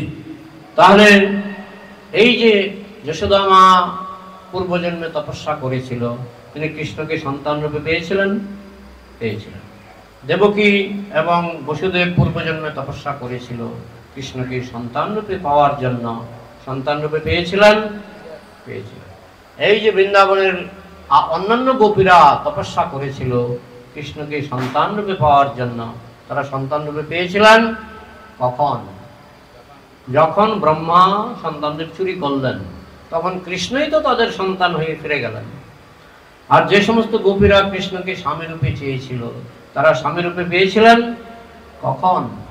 যখন ব্রহ্মা গোপবালকদের চুরি করেছিলেন, তখন কৃষ্ণই গোপবালক সেজে ওই সমস্ত গোপীদের বিবাহ করেছিলেন। তাইলে গোপীদের ইচ্ছা ছিল কৃষ্ণকে স্বামী রূপে পাবো, সেটা তারা পেয়েছিলেন। বয়স্ক গোপীদের ইচ্ছা ছিল কৃষ্ণকে সন্তান রূপে পাবো, সেটা তারা পেয়েছিলেন। তাহলে ভগবান তো সবার বাঞ্ছাই পূর্ণ করলেন। তিনি দেবকী বসুদেবের বাঞ্ছা পূর্ণ করলেন, যশোদানন্দ মহারাজের বাঞ্ছা পূর্ণ করলেন, এবং বৃন্দাবনের বয়স্ক গোপীদের বাঞ্ছা, কম বয়স্ক গোপীদের বাঞ্ছা। কম বয়স্ক গোপীরা চেয়েছিলেন স্বামী রূপে, সেটাও পেলেন। আর বয়স্ক গোপীরা চেয়েছিলেন সন্তান রূপে, সেটাও পেলেন। এইভাবে কৃষ্ণ কিন্তু ভক্ত বাঞ্ছা পূর্ণ করে নন্দের নন্দন। ভগবান সবার বাঞ্ছা পূর্ণ করলেন। এইভাবে মা যশোদা যখন কৃষ্ণকে পেলেন, হ্যাঁ, অনেকে বলে যে কি আপনাদের ভগবান মা যশোদাকে ভয় পাচ্ছে। আপনাদের ভগবান ভয় পায়, ভীতু। আরে এত সহজ নয়, সনাতন ধর্ম উপলব্ধি করা এত সহজ নয়। ভগবান প্রেমের কাছে দুর্বল, ভগবান প্রেমের কাছে দুর্বল। হ্যাঁ, তিনি তাকে কেউ বাঁধতে পারে না। হ্যাঁ, আমার সময় কতটুকু আছে জানি না, নাহলে অনেক কাহিনী আছে। কৃষ্ণকে বাঁধার চেষ্টা করেছিল অনেকেই। কৃষ্ণকে বাঁধার প্রথম চেষ্টা করেছিল, মানে না, প্রথম চেষ্টা করেছিল গোপীরা, সেটা পরে বলছি। আগে দুর্যোধন কৃষ্ণকে বাঁধার চেষ্টা করেছিল। কখন জানেন? যখন কৃষ্ণ পাণ্ডবদের দূত হয়ে গিয়েছিলেন, পাণ্ডবদের দূত হয়ে যে আমাদের 5খানা গ্রাম দাও, তখন দুর্যোধন ভাবলেন কৃষ্ণ যুদ্ধ করতে ভয় পাচ্ছে, তাই 5খানা গ্রাম নিয়ে পালাতে চাইছে। ওই গোয়ালা যুদ্ধ করতে ভয় পায়। তখন দুর্যোধন তার সৈন্যদের বললেন যে তোমরা এই গোয়ালাকে বন্দি করো। কি করে? এই লোহার শিকল আছে আমার এখানে, লোহার শিকল, লোহার শিকল দিয়ে তাকে বাঁধো। তখন সৈন্যরা অনেক মোটা লোহার শিকল নিয়ে কৃষ্ণকে বাঁধতে গেলেন রাজসভায়। তখন কৃষ্ণ দুর্যোধনকে বিশ্বরূপ দেখালেন, এবং ওই লোহার শিকল কৃষ্ণের চরণ কেটে বেরিয়ে আসছে। কৃষ্ণের চরণ কেটে বেরিয়ে আসছে, আর কৃষ্ণের চরণটা মাখনের মতো আবার জোড়া লেগে যাচ্ছে। 5-6 বার এরকম হওয়ার পর সৈন্যরা বললেন দুর্যোধনকে, মহারাজ আমরা তো বাঁধতে পারছি না, কিন্তু মাখনের মতো পা, যেই লোহার শিকল দিয়ে গেরো দিচ্ছি পা কেটে বেরিয়ে আসছে, আবার পা জোড়া লেগে যাচ্ছে, অটুট আগের মতো। একদম নিখুঁত। তো ভক্ত হলে কি, তখন ভীষ্মদেব প্রণাম করেছিল, বিদুর প্রণাম করেছিল, এবং তারা লুটিয়ে প্রণাম করেছিল, দণ্ডবত প্রণাম। দুর্যোধন কি অসুর না ভক্ত? অসুর। দুর্যোধন বলছে, এই ম্যাজিশিয়ান, জাদুকর, ম্যাজিক দেখাচ্ছ না? ম্যাজিক দেখাচ্ছে গোয়ালা, ম্যাজিক দেখাচ্ছ, ঠিক আছে যাও, যুদ্ধক্ষেত্রে কথা হবে, যুদ্ধক্ষেত্রে কথা হবে, দেখা হবে। এই হচ্ছেন কৃষ্ণ। ভাবতে পেরেছে দুর্যোধন? ভাবতে পেরেছে? তার তো সৈন্যবল ছিল, রাজ্য বল, পলিটিক্যাল পাওয়ার সবই ছিল। দুর্যোধন কি ভাবতে পেরেছিল কৃষ্ণকে? বলে ঠিক আছে, দুর্যোধন অভক্ত, ভাবতে পারেনি। সর্বশক্তিমানকে কেউ ভাবতে পারে না, ভক্তরাও সবাই পারে না, ভক্তরাও সবাই পারে না। প্রমীলা গোপীর কাহিনী, আপনারা বই কিনবেন, আমাদের বইয়ে লেখা আছে প্রমীলা গোপীর কাহিনী। পড়েছেন কিনা আমি আবার বলছি, বইটা কিনে পড়বেন। বইটার নাম হচ্ছে দামোদর লীলা। ইস্কনে বিক্রি হয় কত, 25 টাকা কি 50 টাকা, এর বেশি না, বিক্রি হয় ইস্কনে, দামোদর লীলা। তো সেখানে আছে প্রমীলা গোপীর কাহিনী। প্রমীলা গোপী প্ল্যান করলেন কৃষ্ণকে, মানে কৃষ্ণ যে মাখন চুরি করে, এটা তো মা যশোদাকে অনেকদিন বলেছি, কিন্তু মা যশোদা বিশ্বাস করে না। মা যশোদা বলে তোমরা মিথ্যাবাদী। তো আমি যদি কৃষ্ণকে হাতে নাতে ধরতে পারি, তাহলে প্রমাণ করে দেব যে কৃষ্ণ মাখন চুরি করে। গোপীরা কৃষ্ণকে ভালোবাসতেন, মাখন চুরি না করলে তারা উপবাসে থাকতেন। আজকে কৃষ্ণ আমার ঘরে মাখন চুরি করেনি, আমার খাওয়া রুচি নাই, খাবো না। তাহলে কেমন চোর ছিলেন কৃষ্ণ, কেমন চোর ছিলেন? আমার ডান পকেটের টাকা যদি আমি বা পকেটে ঢোকাই, আমি কি চোর? আমার ডান পকেটের টাকা যদি আমি বা পকেটে ঢোকাই, আমি কি চোর? ঠিক তেমনি দুনিয়াটা কৃষ্ণের। এখন ভিন্ন ভিন্ন ঘরে মাখন, মাখনের মালিক কি? মালিক কি? কৃষ্ণ।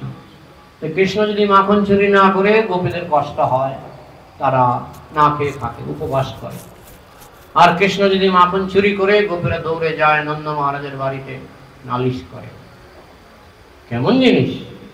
কৃষ্ণ চুরি না করলে উপবাস, আর কৃষ্ণ চুরি করলে নালিশ। ওই নালিশের আনন্দ, নালিশের মধ্যে একটা আনন্দ আছে। তারা দেখতে চায় মা যশোদা কৃষ্ণকে বাধুক, দেখতে চায়। যাই হোক, তো প্রমীলা গোপী ভাবলেন, আমরা যখনই নালিশ করি, মা যশোদা বলে তোমরা মিথ্যাবাদী, আমার কৃষ্ণ কখনো মাখন চুরি করে না। আমার ঘরে 9 লক্ষ গাভী, মাখন চুরি করার কোনো দরকার আছে কি? নেই। 9 লক্ষ গাভী আমার ঘরে, কত সুন্দর সুন্দর মাখন তৈরি হয়, তোমাদের ঘরে কেন যাবে? গোপীরা কোনো মতেই বোঝাতে পারছে না কৃষ্ণ ডেইলি যায়, ডেইলি মাখন চুরি করে। তখন মা যশোদা বলতেন, আমাকে হাতে নাতে ধরে দেখাবে। তো প্রমীলা গোপী চুপ করে দরজার কিনারে চুপ করে পাহারা দিচ্ছে, কৃষ্ণ আসলে ধরব। আর কৃষ্ণেরও কৃপা হলো যে আজকে প্রমীলা গোপীকে ধরা দেবে। কৃষ্ণের কৃপা ছাড়া তো হবে না। তখন কৃষ্ণ গিয়ে সরাসরি প্রমীলা গোপীর ঘরে কৃষ্ণ সরাসরি ঢুকলেন। ঢুকে দেখে বিরাট একটা মটকার মধ্যে মাখন। তখন কৃষ্ণ একেবারে হাপুস ফুস করে মাংস, সরি আমি বলতে চাইছি যে মাংস তো খাইনি, কি খেয়েছে? মাখন খেলেন। তো মাখন খেয়ে কৃষ্ণ তাকে নাকে, মুখে, চোখে মাখন লেগে আছে। আর প্রমীলা গোপী তার জন্যই অপেক্ষা করছিলেন। প্রমাণ তো লাগবে যে নাকে মাখন, মুখে মাখন, ঠোঁটে মাখন, হাতে মাখন, প্রমাণ নয় এটা। তখন প্রমীলা গোপী কৃষ্ণকে ধরলেন, চল আমাকে ছেড়ে দাও, আমাকে ছেড়ে দাও, আমি আর এরকম করবো না, ভুল হয়ে গেছে, ভুল হয়ে গেছে। কৃষ্ণ যখন অভিনয় করে, এই জন্য অভিনয়টাকে বলা হয় সংস্কৃতের লীলা। অভিনয়টাকে কি বলা হয়? লীলা। কান্নাকাটি, আমাকে ছেড়ে দাও, মার কাছে নিয়ে যাবে না, আমাকে ছেড়ে দাও, আর কোনোদিন করবো না, ভুল হয়ে গেছে। আরে সে নিজেই ইচ্ছায় করে ধরা দিয়েছে, নিজেই ইচ্ছা করে ধরা দিয়েছে, আবার কান্নাকাটি। সেই কান্নাকাটির মধ্যেও গোপীরা আনন্দ পায়। যাই হোক, যে সুন্দর তার সবকিছুই সুন্দর, তাই না? তখন প্রমীলা গোপী বলছে, না শুনবো না, তোর মা যশোদা সবসময় আমাদেরকে বলে মিথ্যাবাদী, আজকে প্রমাণ করে দেব যে আমরা মিথ্যাবাদী নই। তখন কৃষ্ণকে ধরে নিয়ে একেবারে টানতে টানতে, আর কৃষ্ণ কাঁদছে, ছেড়ে দাও ছেড়ে দাও, আর কোনোদিন এরকম করবো না, ছেড়ে দাও। তখন গিয়ে প্রমীলা গোপী কৃষ্ণকে টানতে টানতে নিয়ে, তোর মুখের মধ্যে মাখন লেগে আছে, আজকে প্রমাণ সহ আজকে যশোদা মার কাছে প্রমাণ দেব। তখন কৃষ্ণ কাঁদতে কাঁদতে গেল। এদিকে মা যশোদা এই জায়গাটা মনোযোগ দিয়ে শুনবেন। মা যশোদা কৃষ্ণকে ঘুম পাড়াচ্ছে ঘরের ভিতরে। এইদিকে প্রমীলা গোপী, অনেকে বলে আপনাদের, ওই অনেক সময় বিধর্মীরা, অন্য ধর্মের মানুষ বলে যে আপনাদের ভগবান ঘুমায়। আমাদের ভগবান ঘুমায় না, আপনাদের ভগবানের ঘুমের প্রয়োজন, না হলে আপনাদের ভগবানের স্বাস্থ্য খারাপ হয়ে যাবে। অন্য ধর্মের মানুষ কিন্তু বলতে ছাড়ে না। এবার দেখুন তো মা যশোদা কি করছে, কৃষ্ণকে ঘুম পাড়াচ্ছে। আর এদিকে প্রমীলা গোপী যাকে ধরে নিয়ে আসলেন, কৃষ্ণকে ধরে নিয়ে আসলেন, সে তো আর ঘুমাচ্ছে না, সে তো হেঁটে হেঁটে আসলো। তাহলে কৃষ্ণ ঘুমাচ্ছে, কৃষ্ণ ঘুমাচ্ছে না, কৃষ্ণ ঘুমাচ্ছে, কৃষ্ণ ঘুমাচ্ছে না। তাহলে কৃষ্ণকে বোঝা কি এতই সহজ? যাই হোক, মা যশোদা প্রমীলা গোপী কৃষ্ণকে টেনে নিয়ে আসলেন। উঠানে এসে চিৎকার, আজকে বুক ফাটিয়ে চিৎকার, নন্দরানী নন্দরানী, আরে দাঁড়াও, আমি কৃষ্ণকে ঘুম পাড়াচ্ছি। কি, কৃষ্ণকে ঘুম পাড়াচ্ছ? তো প্রমীলা গোপী কৃষ্ণকে নিয়ে, তার হাতে একটা কৃষ্ণ নিয়ে জানালা দিয়ে উঁকি মারল। কৃষ্ণ ঘুমাচ্ছে, কৃষ্ণ ঘুমাচ্ছে।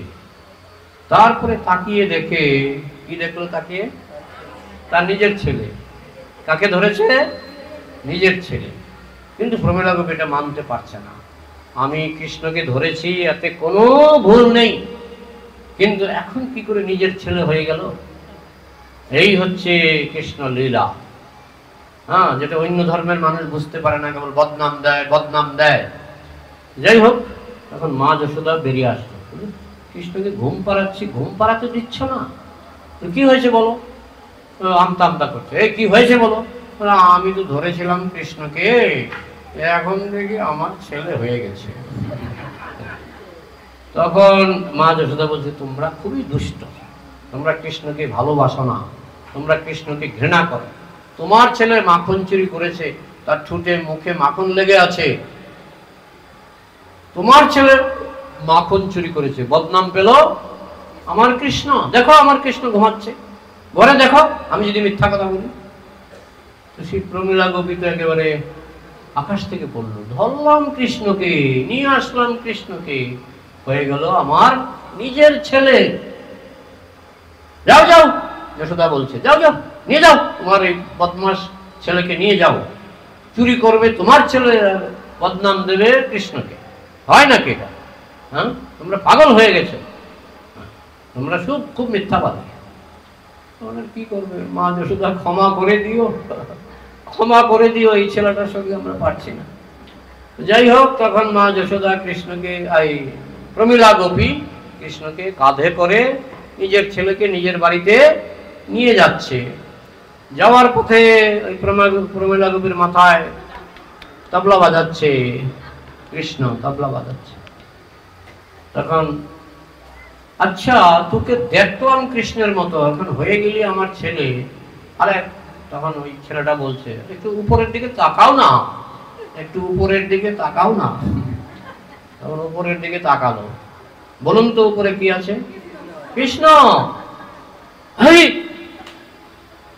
ধরলাম কৃষ্ণ, যখন নিয়ে গেলাম যশোদার বাড়িতে, হয়ে গেল আমার ছেলে। আবার আমার কাঁধে দেখি কৃষ্ণ। তখন রাগের মাথায় নামিয়ে দিল। তখন কৃষ্ণ এক লাফ দিয়ে 10 হাত দূরে চলে গেল। এরকম আর করবে? এরকম আর করবে কোনোদিন? আচ্ছা আমাকে একটু বুঝাতো, আমি ধরলাম কৃষ্ণ, তোকে নিয়ে গেলাম যখন যশোদার বাড়িতে, তখন হয়ে গেলি আমার ছেলে, আবার এখন দেখছি আবার কৃষ্ণ, আমি তো বুঝতে পারছি না ব্যাপারটা কি। তখন কৃষ্ণ বলছে, আর করবে কিনা এরকম? বলো। না আর করবো না, যে শিক্ষা পেয়েছি আর করবো না। বলে, এখন তো এবার তো তোমার ছেলে হয়ে দেখিয়েছি, আরেকবার যখন ধরবে তখন তোমার স্বামী হয়ে দেখাবো। তখন এই কথা বলে কৃষ্ণ পালিয়ে গেল। আর প্রমীলা গোপী বৃন্দাবনের চষে বেড়াচ্ছে। তিনি তো কিছুটা হলো কৃষ্ণ কৃপা পেয়েছেন। তিনি ঘুরে ঘুরে বলছেন, এই নন্দ মহারাজের ছেলেটাকে কিন্তু ধরা যাচ্ছে না। কেন? জানো, আমার বাড়িতে মাখন চুরি করতে গেল, আমি ধরলাম কৃষ্ণকে, নিয়ে গেলাম নন্দ মহারাজের বাড়িতে, হয়ে গেল আমার ছেলে, ফিরিয়ে নিয়ে আসলাম, আবার হয়ে গেল কৃষ্ণ। সব কাহিনীটা খুলে খুলে বলছে যে কি করে তবলা বাজাচ্ছিল।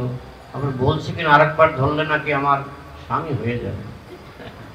কি করি এই ছেলেটাকে নিয়ে?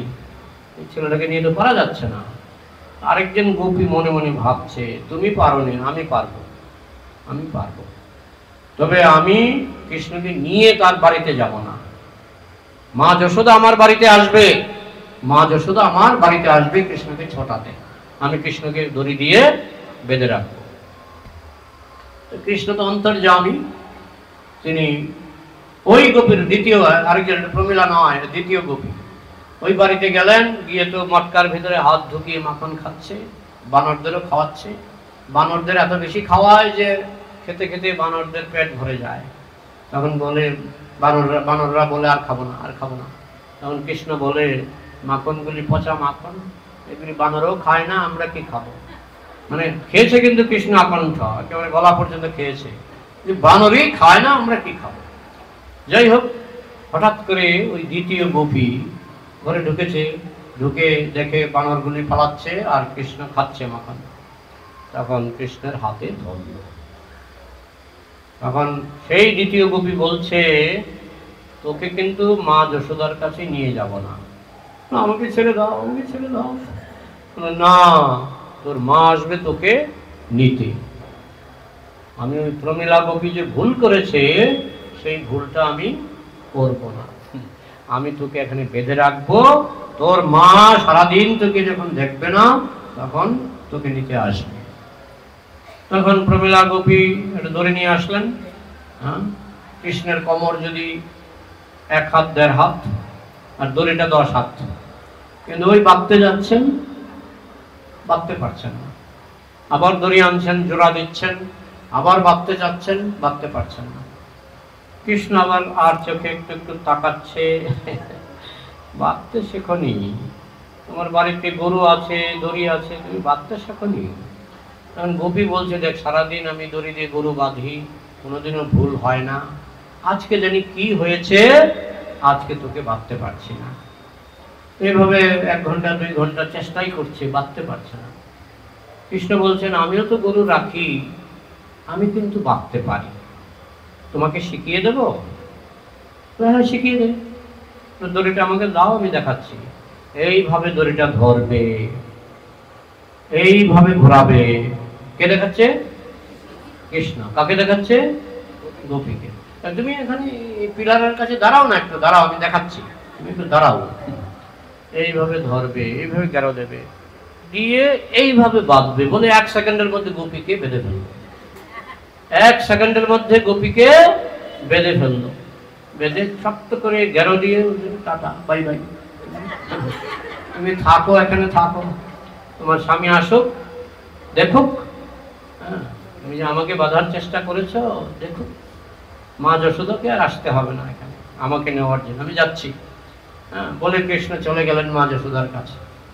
একটু পরে স্বামী এলেন, গোপীর স্বামী এসে দেখে তার স্ত্রীকে খাম্বার মধ্যে বেঁধে রাখা হয়েছে। এই তোমাকে কে বাঁধলো? আমাকে ওই নন্দ মহারাজের ছেলেটা। আরে এটা ছোট পুচকা ছেলে, তুমি বাঁধতে পারতে না। আমি অনেক চেষ্টা করে বাঁধতে পারলাম না, কিন্তু ও তোমাকে কি করে বাঁধলো? না, ও বললো আমাকে শিখিয়ে দেবে, শিখিয়ে দিতে গিয়ে আমাকে বেঁধে ফেললো। এই হচ্ছে কৃষ্ণ লীলা। কৃষ্ণকে বাঁধা যায় কি যায় না? যায় না। এবার মা যশোদা কি করে বাঁধলো, সে আবার এক কাহিনী। এই আজকের দিনেই কিন্তু কালী পূজা না, দীপাবলি, ওই দিন আমাদের অবশ্য কালকে না, আমাদের কালকে দীপাবলি তিথিটা আমাদের কালকে পড়েছে, তাই না? আমি কোন জায়গা দেখিনি, আন্দাজে বলছে। ওই দীপাবলির দিন বেঁধেছিলেন মা যশোদা। দীপাবলির আগের দিন ছিল ইন্দ্র পূজা। তো ইন্দ্র পূজার জন্য সবাই ব্যস্ত ছিল, সব দাস দাসেরা ব্যস্ত ছিল। তখন মা যশোদা নিজে হাতে কৃষ্ণের জন্য মাখন তুলছিলেন। পদ্মগন্ধা গাভীর দুধ, 9 লক্ষ গাভী আছে, কিন্তু 9 লক্ষ গাভীর দুধ দিয়ে কৃষ্ণের মাখন হতো না। কৃষ্ণের মাখন হতো 9টা গাভী থেকে। সেই গাভীগুলি পদ্মগন্ধা ঘাস খেত, যে ঘাসের মধ্যে পদ্মের গন্ধ, আবার সেই দুধের মধ্যে পদ্মের গন্ধ। সেই দুধের মাখন মা যশোদা গোপীদের হাতে ছাড়তেন না। গোপীরাও মাখন তুলতো, কিন্তু পদ্মগন্ধা গাভীর দুধের মাখন কে তুলতো? মা যশোদা স্বয়ং। তো কৃষ্ণকে ভোরবেলায় ঘুমে রেখে মা যশোদা গিয়ে তো আজকের মাখন তুলছে, আর কালকের জন্য দুধ বসিয়ে দিয়েছে। পদ্মগন্ধা গাভীর দুধ কালকের জন্য, আগামীকালের জন্য বসিয়ে দিয়েছে, আর আজকের মাখন তুলছে। আওয়াজ হচ্ছে ঘর ঘর ঘর ঘর ঘর ঘর, আবার চুরির আওয়াজ, ঝনঝন ঝনঝন ঝনঝন। আর মা যশোদা গান গাইছে, কৃষ্ণের গুণকীর্তন করছে। তো দূর থেকে শুনে মনে হচ্ছে ঘর ঘর মানে মৃদঙ্গ বাজছে, আর ঝনঝন মানে করতাল বাজছে। এটা সুন্দর আওয়াজের মধ্যে মা যশোদার কণ্ঠ ছিল খুব সুমধুর, কৃষ্ণ গুণকীর্তন করছে। কিছুক্ষণ পরে কৃষ্ণ ঘুম থেকে উঠে দেখে মা নেই, বিছানাতে মা নেই। তখন হামাগুড়ি দিয়ে কোনো মতে চটকাতে তখন হাঁটতে শিখে গেছে, কোনো মতে চোখ কসলাতে কসলাতে মার কাছে এলো। এসে খুব রাগ, এসে ওই যে বাঁশের দণ্ড দিয়ে দই থেকে মাখন তোলা হয়, সেই দণ্ডটাকে কৃষ্ণ এক হাতে ধরল। তো মা যশোদা ভাবছে বাচ্চা মানুষ ধরেছে, আমি মন্থন করি। কিন্তু যখন ঘোরাতে যাচ্ছে দেখছে 1 ইঞ্চি নড়ছে না। সর্বশক্তিমান বাঁশের দণ্ডটা ধরেছে, এখন তিনি তো সর্বশক্তিমান, মা যশোদা ঘোরাতে পারছে না। তাতে কিন্তু মা যশোদার খুব আনন্দ হলো। কেন আনন্দ হয়েছে? বাচ্চার শক্তি বাড়লে মার আনন্দ হয় কিনা? বাচ্চার যদি শক্তি বাড়ে মার আনন্দ হয় না দুঃখ হয়? আনন্দ হয়। মা যশোদার খুব আনন্দ হয়েছে। তিনি মন্থন বন্ধ করে বসে পড়লেন। কৃষ্ণ বলছে দুধ খাবো, তখন মা যশোদা কৃষ্ণকে কোলে নিয়ে দুধ খাওয়াতে শুরু করলো।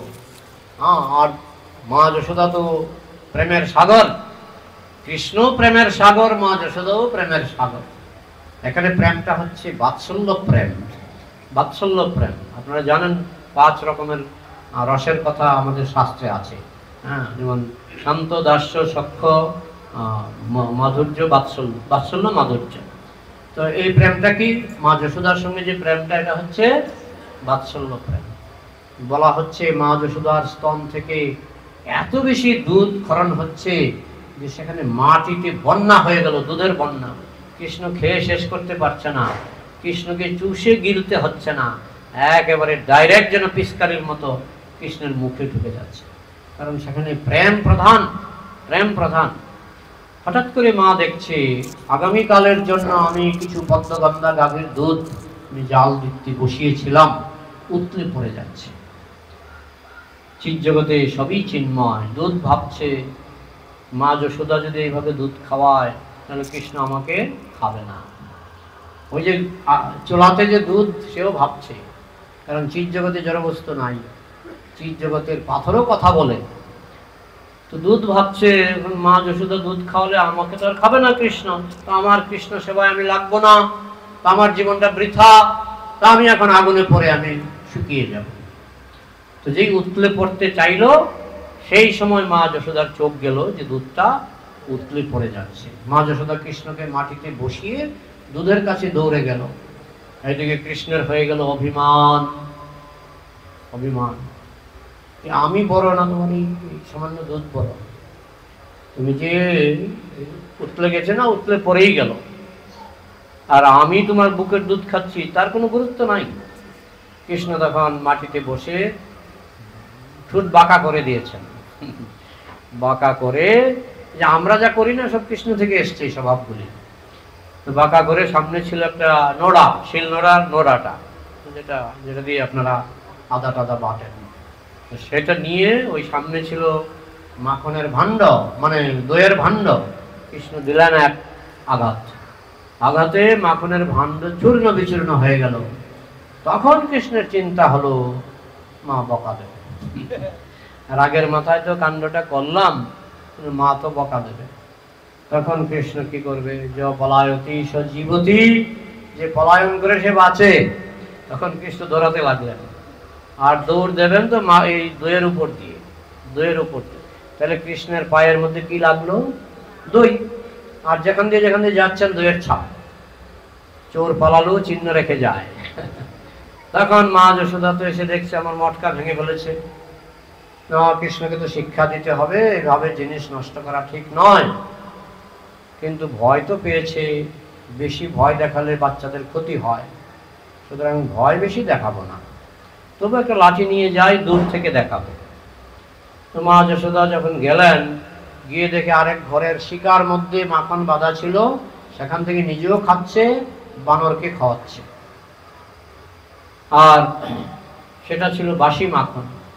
কৃষ্ণ মনে মনে ভাবছে, এই বাসি মাখন খেয়ে আমি অসুস্থ হব, অসুস্থ হলে মা যশোদা আমাকে মথুরার হাসপাতালে নিয়ে দৌড়াবে, তখন খেলাটা বুঝবে, আমাকে যে অবহেলা করে আমাকে যে মাটিতে বসিয়ে দিল, আমি তো এখন বাসি মাখন খেয়ে অসুস্থ হয়ে পড়ব, তখন মা যশোদা আমাকে নিয়ে মথুরা হাসপাতালে দৌড়াদৌড়ি করবে, তখন খেলাটা বুঝবে। যাই হোক, মা যশোদা এসে দেখছে নিজেও খেয়েছে মাখন, বানরকেও খাইয়েছে। এই বানরগুলি লঙ্কার যুদ্ধে রামচন্দ্রকে সাহায্য করেছিল। তো কৃষ্ণ তখন রামচন্দ্র তখন ওই বানরগুলিকে ভালো করে যত্ন নিতে পারেনি, তাই কৃষ্ণ অবতারে তিনি ভাবলেন এরা লঙ্কার যুদ্ধে আমাকে খুব সাহায্য করেছিল, তাই এবার এদেরকে আমি খুব আকণ্ঠ মাখন খাইয়ে দিই। কারণ লঙ্কায় তো মাখন ছিল না, মাখন খাওয়াতে পারেনি।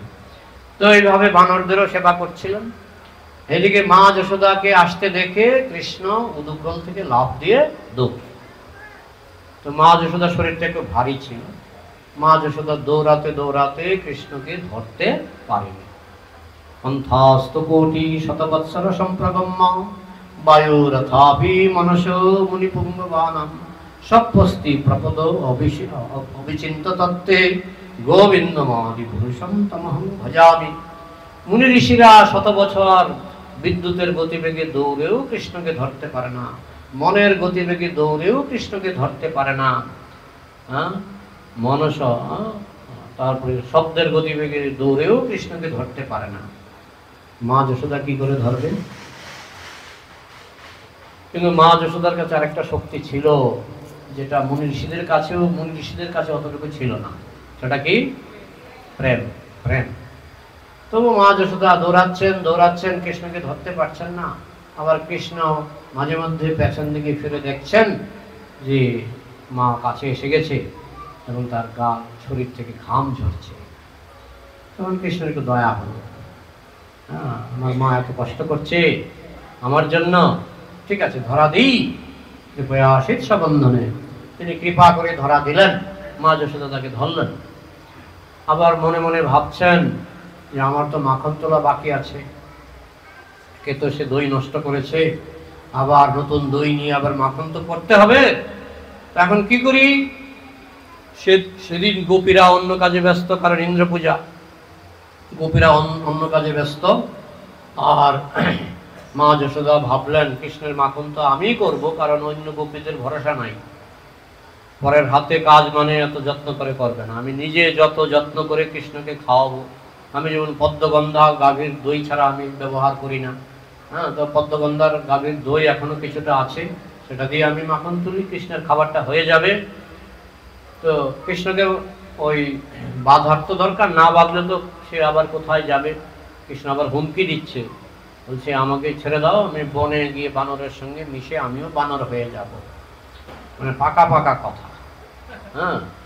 মা যশোদা বলছে না, ছাড়লে হবে না, বেঁধে রাখতে হবে, নাহলে সে যদি সত্যি সত্যি বনে চলে যায় আর যদি বানরের সঙ্গে মিশে বানর হয়ে যায়, আমার তো আদরের ছেলেটা তোকে আমি পাবো না।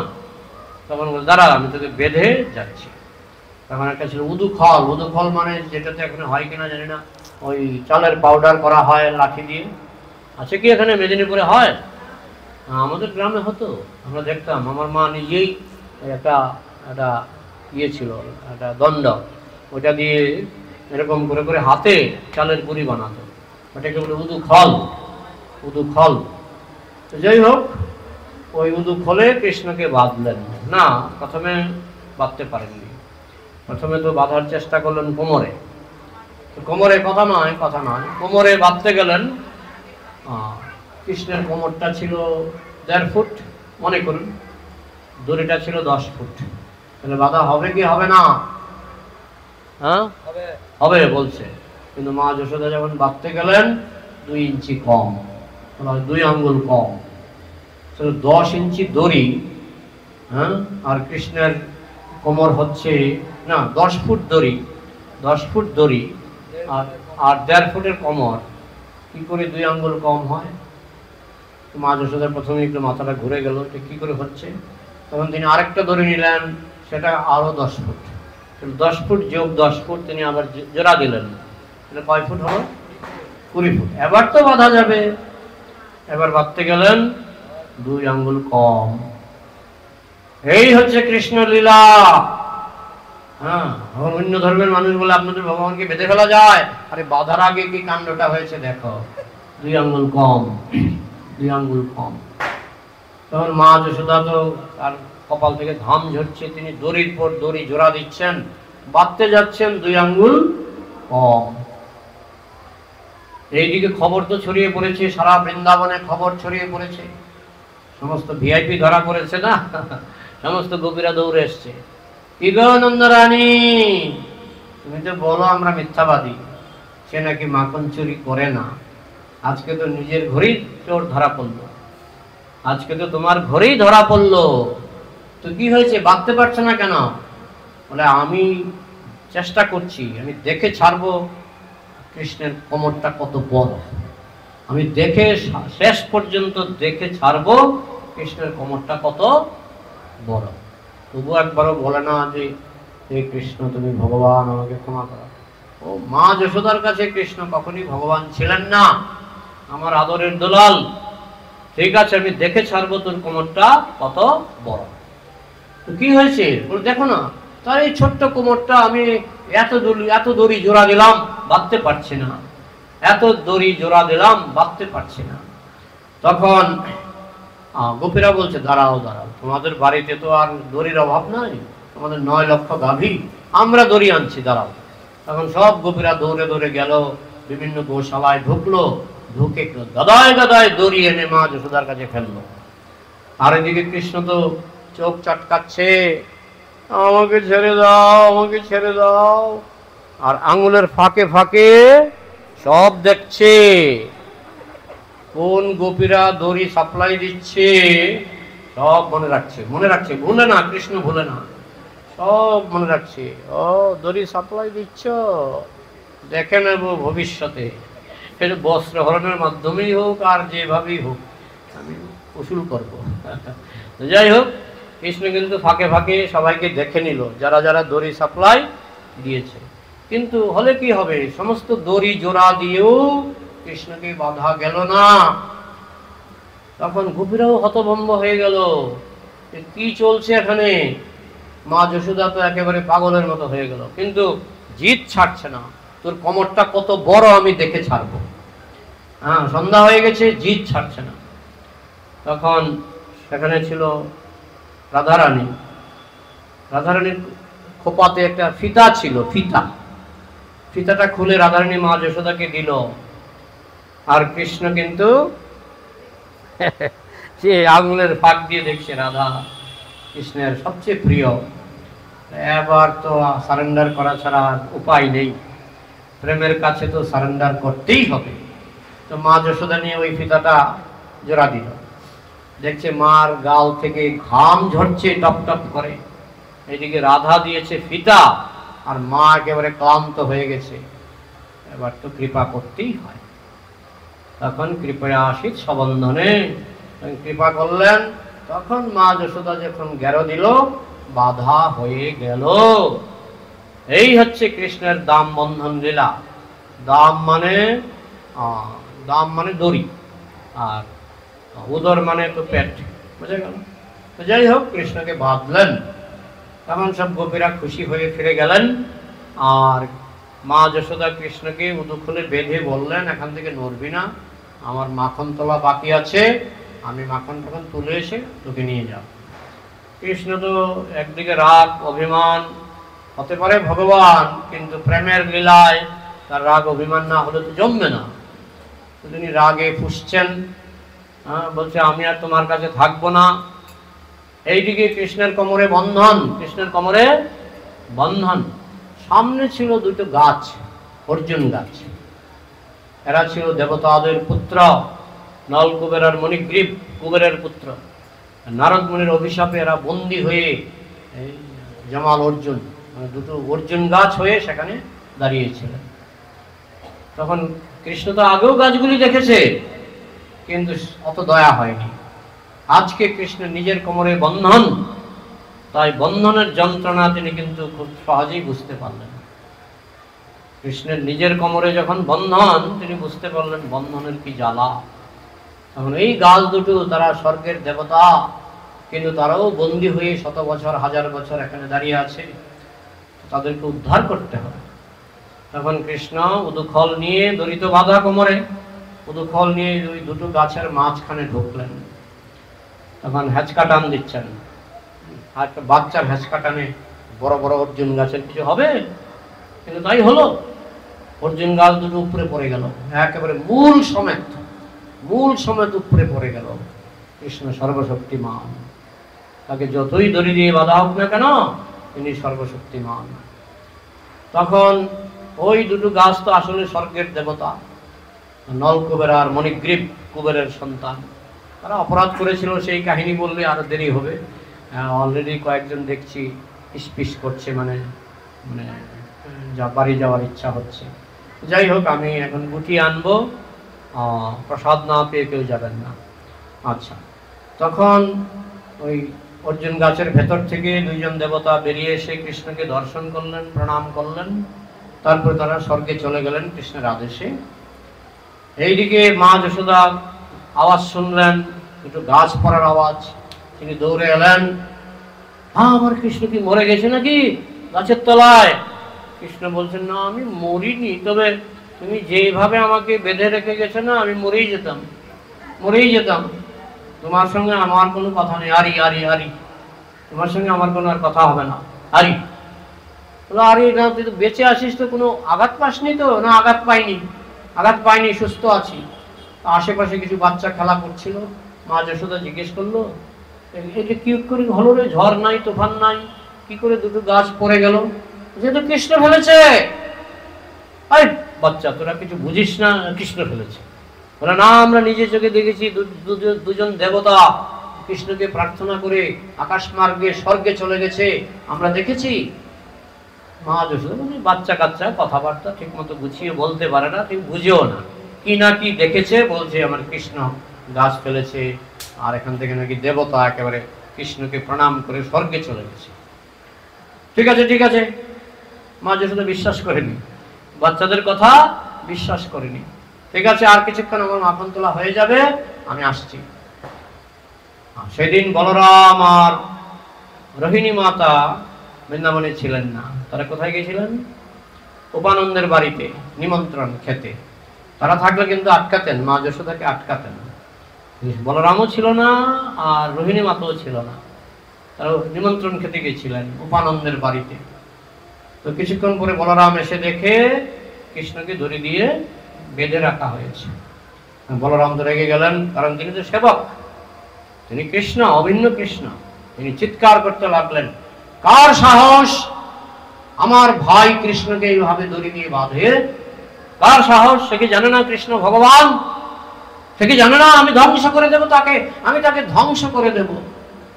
কৃষ্ণ মিনমিন করে বলছে, দাদা, মা বেঁধেছে। এই কিন্তু দুর্বল। কৃষ্ণ কিন্তু, বলরাম কিন্তু ব্রহ্মাণ্ড ধ্বংস করে ফেলে। বলরামের অংশের অংশ ব্রহ্মাণ্ড ধ্বংস করে ফেলে। কিন্তু দুই বলেছে মা বেঁধেছে, বলরাম চুপসে গেছে। তখন মাও গর্জন শুনে বেরিয়ে এসছে, কি হয়েছে রে? কৃষ্ণকে কে বেঁধেছে?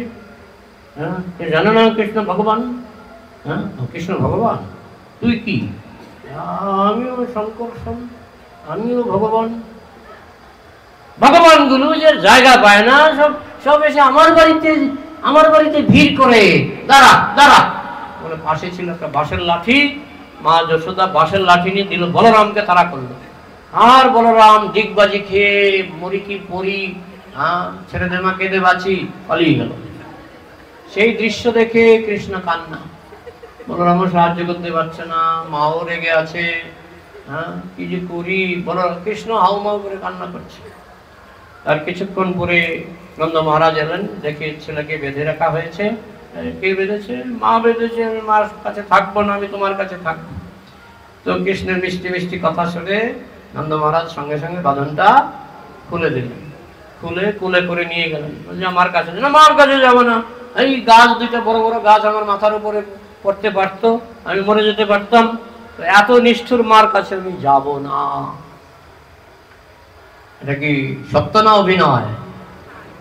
এটা অভিনয়, একদিকে অভিনয়। আর গাছ তো তুমি নিজে ফেলেছ, তুমি কেন মার দোষ দিচ্ছ? কিন্তু অভিনয়, লীলা। যাই হোক, মা যশোদার কাছে গেল না 2 দিন, নন্দ মহারাজের সঙ্গে থাকে। আর রোহিণী মাতা বোঝায়, এই যা মার কাছে যা। না, আমাকে এমন ভাবে বেঁধেছিল না, গাছগুলো যদি আমার মাথায় পড়তো আমি মরেই যেতাম, আমি কেন মার কাছে যাব? যুক্তি আছে কৃষ্ণের কথায়। তখন রোহিণী মাতা বলছে, তোমার কাছে না গেলে তুই মার বুকের দুধ খাবি কি করে? লাগবে না আমার বুকের দুধ, তুই কি খাবি? গরুর দুধ খাবো। তো গরুর দুধ কি আর মার দুধের মতো স্বাদ হবে? আমি চিনি মেখে খাবো। কৃষ্ণ পাল্টা উত্তর দিচ্ছে সঙ্গে সঙ্গে। নন্দ মহারাজ দেখছি মহা মুশকিল, কি মার কাছে পাঠানো যাচ্ছে না। তখন নন্দ মহারাজকে বুদ্ধি বের করলো, তোর মা সত্যি ভুল করেছে, যে গাছে বেঁধেছে, গাছগুলো যদি তোর মাথায় পড়তো তাহলে তুই মরেই যেতিস। দাঁড়া দাঁড়া, আমি তোর মাকে আজকেই লাঠি দিয়ে পিটাবো, লাঠি দিয়ে পিটিয়ে তোর মাকে মেরেই ফেলবো। কৃষ্ণ বলছে, মাকে মারবে না, আমার মাকে মারবে না, আমি এক্ষুনি যাচ্ছি মার কাছে। তখন কৃষ্ণ দৌড়ে চলে গেল মার ঘরে। তারপরে একেবারে যশোদাও তো পিপাসার্থ, কৃষ্ণকে দুধ খাওয়াতে পারছে না। তখন কৃষ্ণ গিয়ে মার কোলে লাফিয়ে পড়লো। মা যশোদা প্রাণ ভরে কৃষ্ণকে দুধ খাওয়ালো। এই হচ্ছে সংক্ষিপ্ত দামোদর কথা। এখন আপনাদের যদি কোনো প্রশ্ন বা মন্তব্য থাকে আলোচনা করা যায়। প্রশ্ন থাকলে হাত তুলুন, না হলে এখন কিন্তু নমামি সারাংশ কীর্তন হবে। এখানেই দামোদর আছে, আপনারা এখানেই প্রদীপ দেখাতে পারবেন। আমাদের নিয়মটা হচ্ছে নমামি সারাংশ হয়ে যাওয়ার পর যখন বলে জয় রাধা দামোদর রাধা, অমুকের প্রাণধন হে, এরকম বলে যখন, তখন আপনারা প্রদীপ দেখানো শুরু করবেন। চরণে 4 বার, চরণে 4 বার, ঘড়ির কাটার মতো। ঘড়ির উল্টা ঘোরালে হবে না, ঘড়ির কাটা যেভাবে ঘুরে সেইভাবে চরণে 4 বার। নাভিতে, আপনি কালকে বলেছিলেন বক্ষে, কিন্তু আমরা মায়াপুরে শিখেছি নাভিতে 2 বার, নাভিতে 2 বার। তারপরে মুখমণ্ডলে 3 বার, সবই ঘড়ির কাটার মতো। আর সর্বাঙ্গে মানে যশোদা সহ সর্বাঙ্গে 7 বার দেখিয়ে বৈষ্ণবদের দেখাবেন, তাইলে আপনার দীপদান পূর্ণ হলো। আর আগামীকাল অবশ্যই দেখাবেন, কারণ আগামীকালই হচ্ছে এই লীলাটা হয়েছিল। প্রশ্ন দিন। বলুন।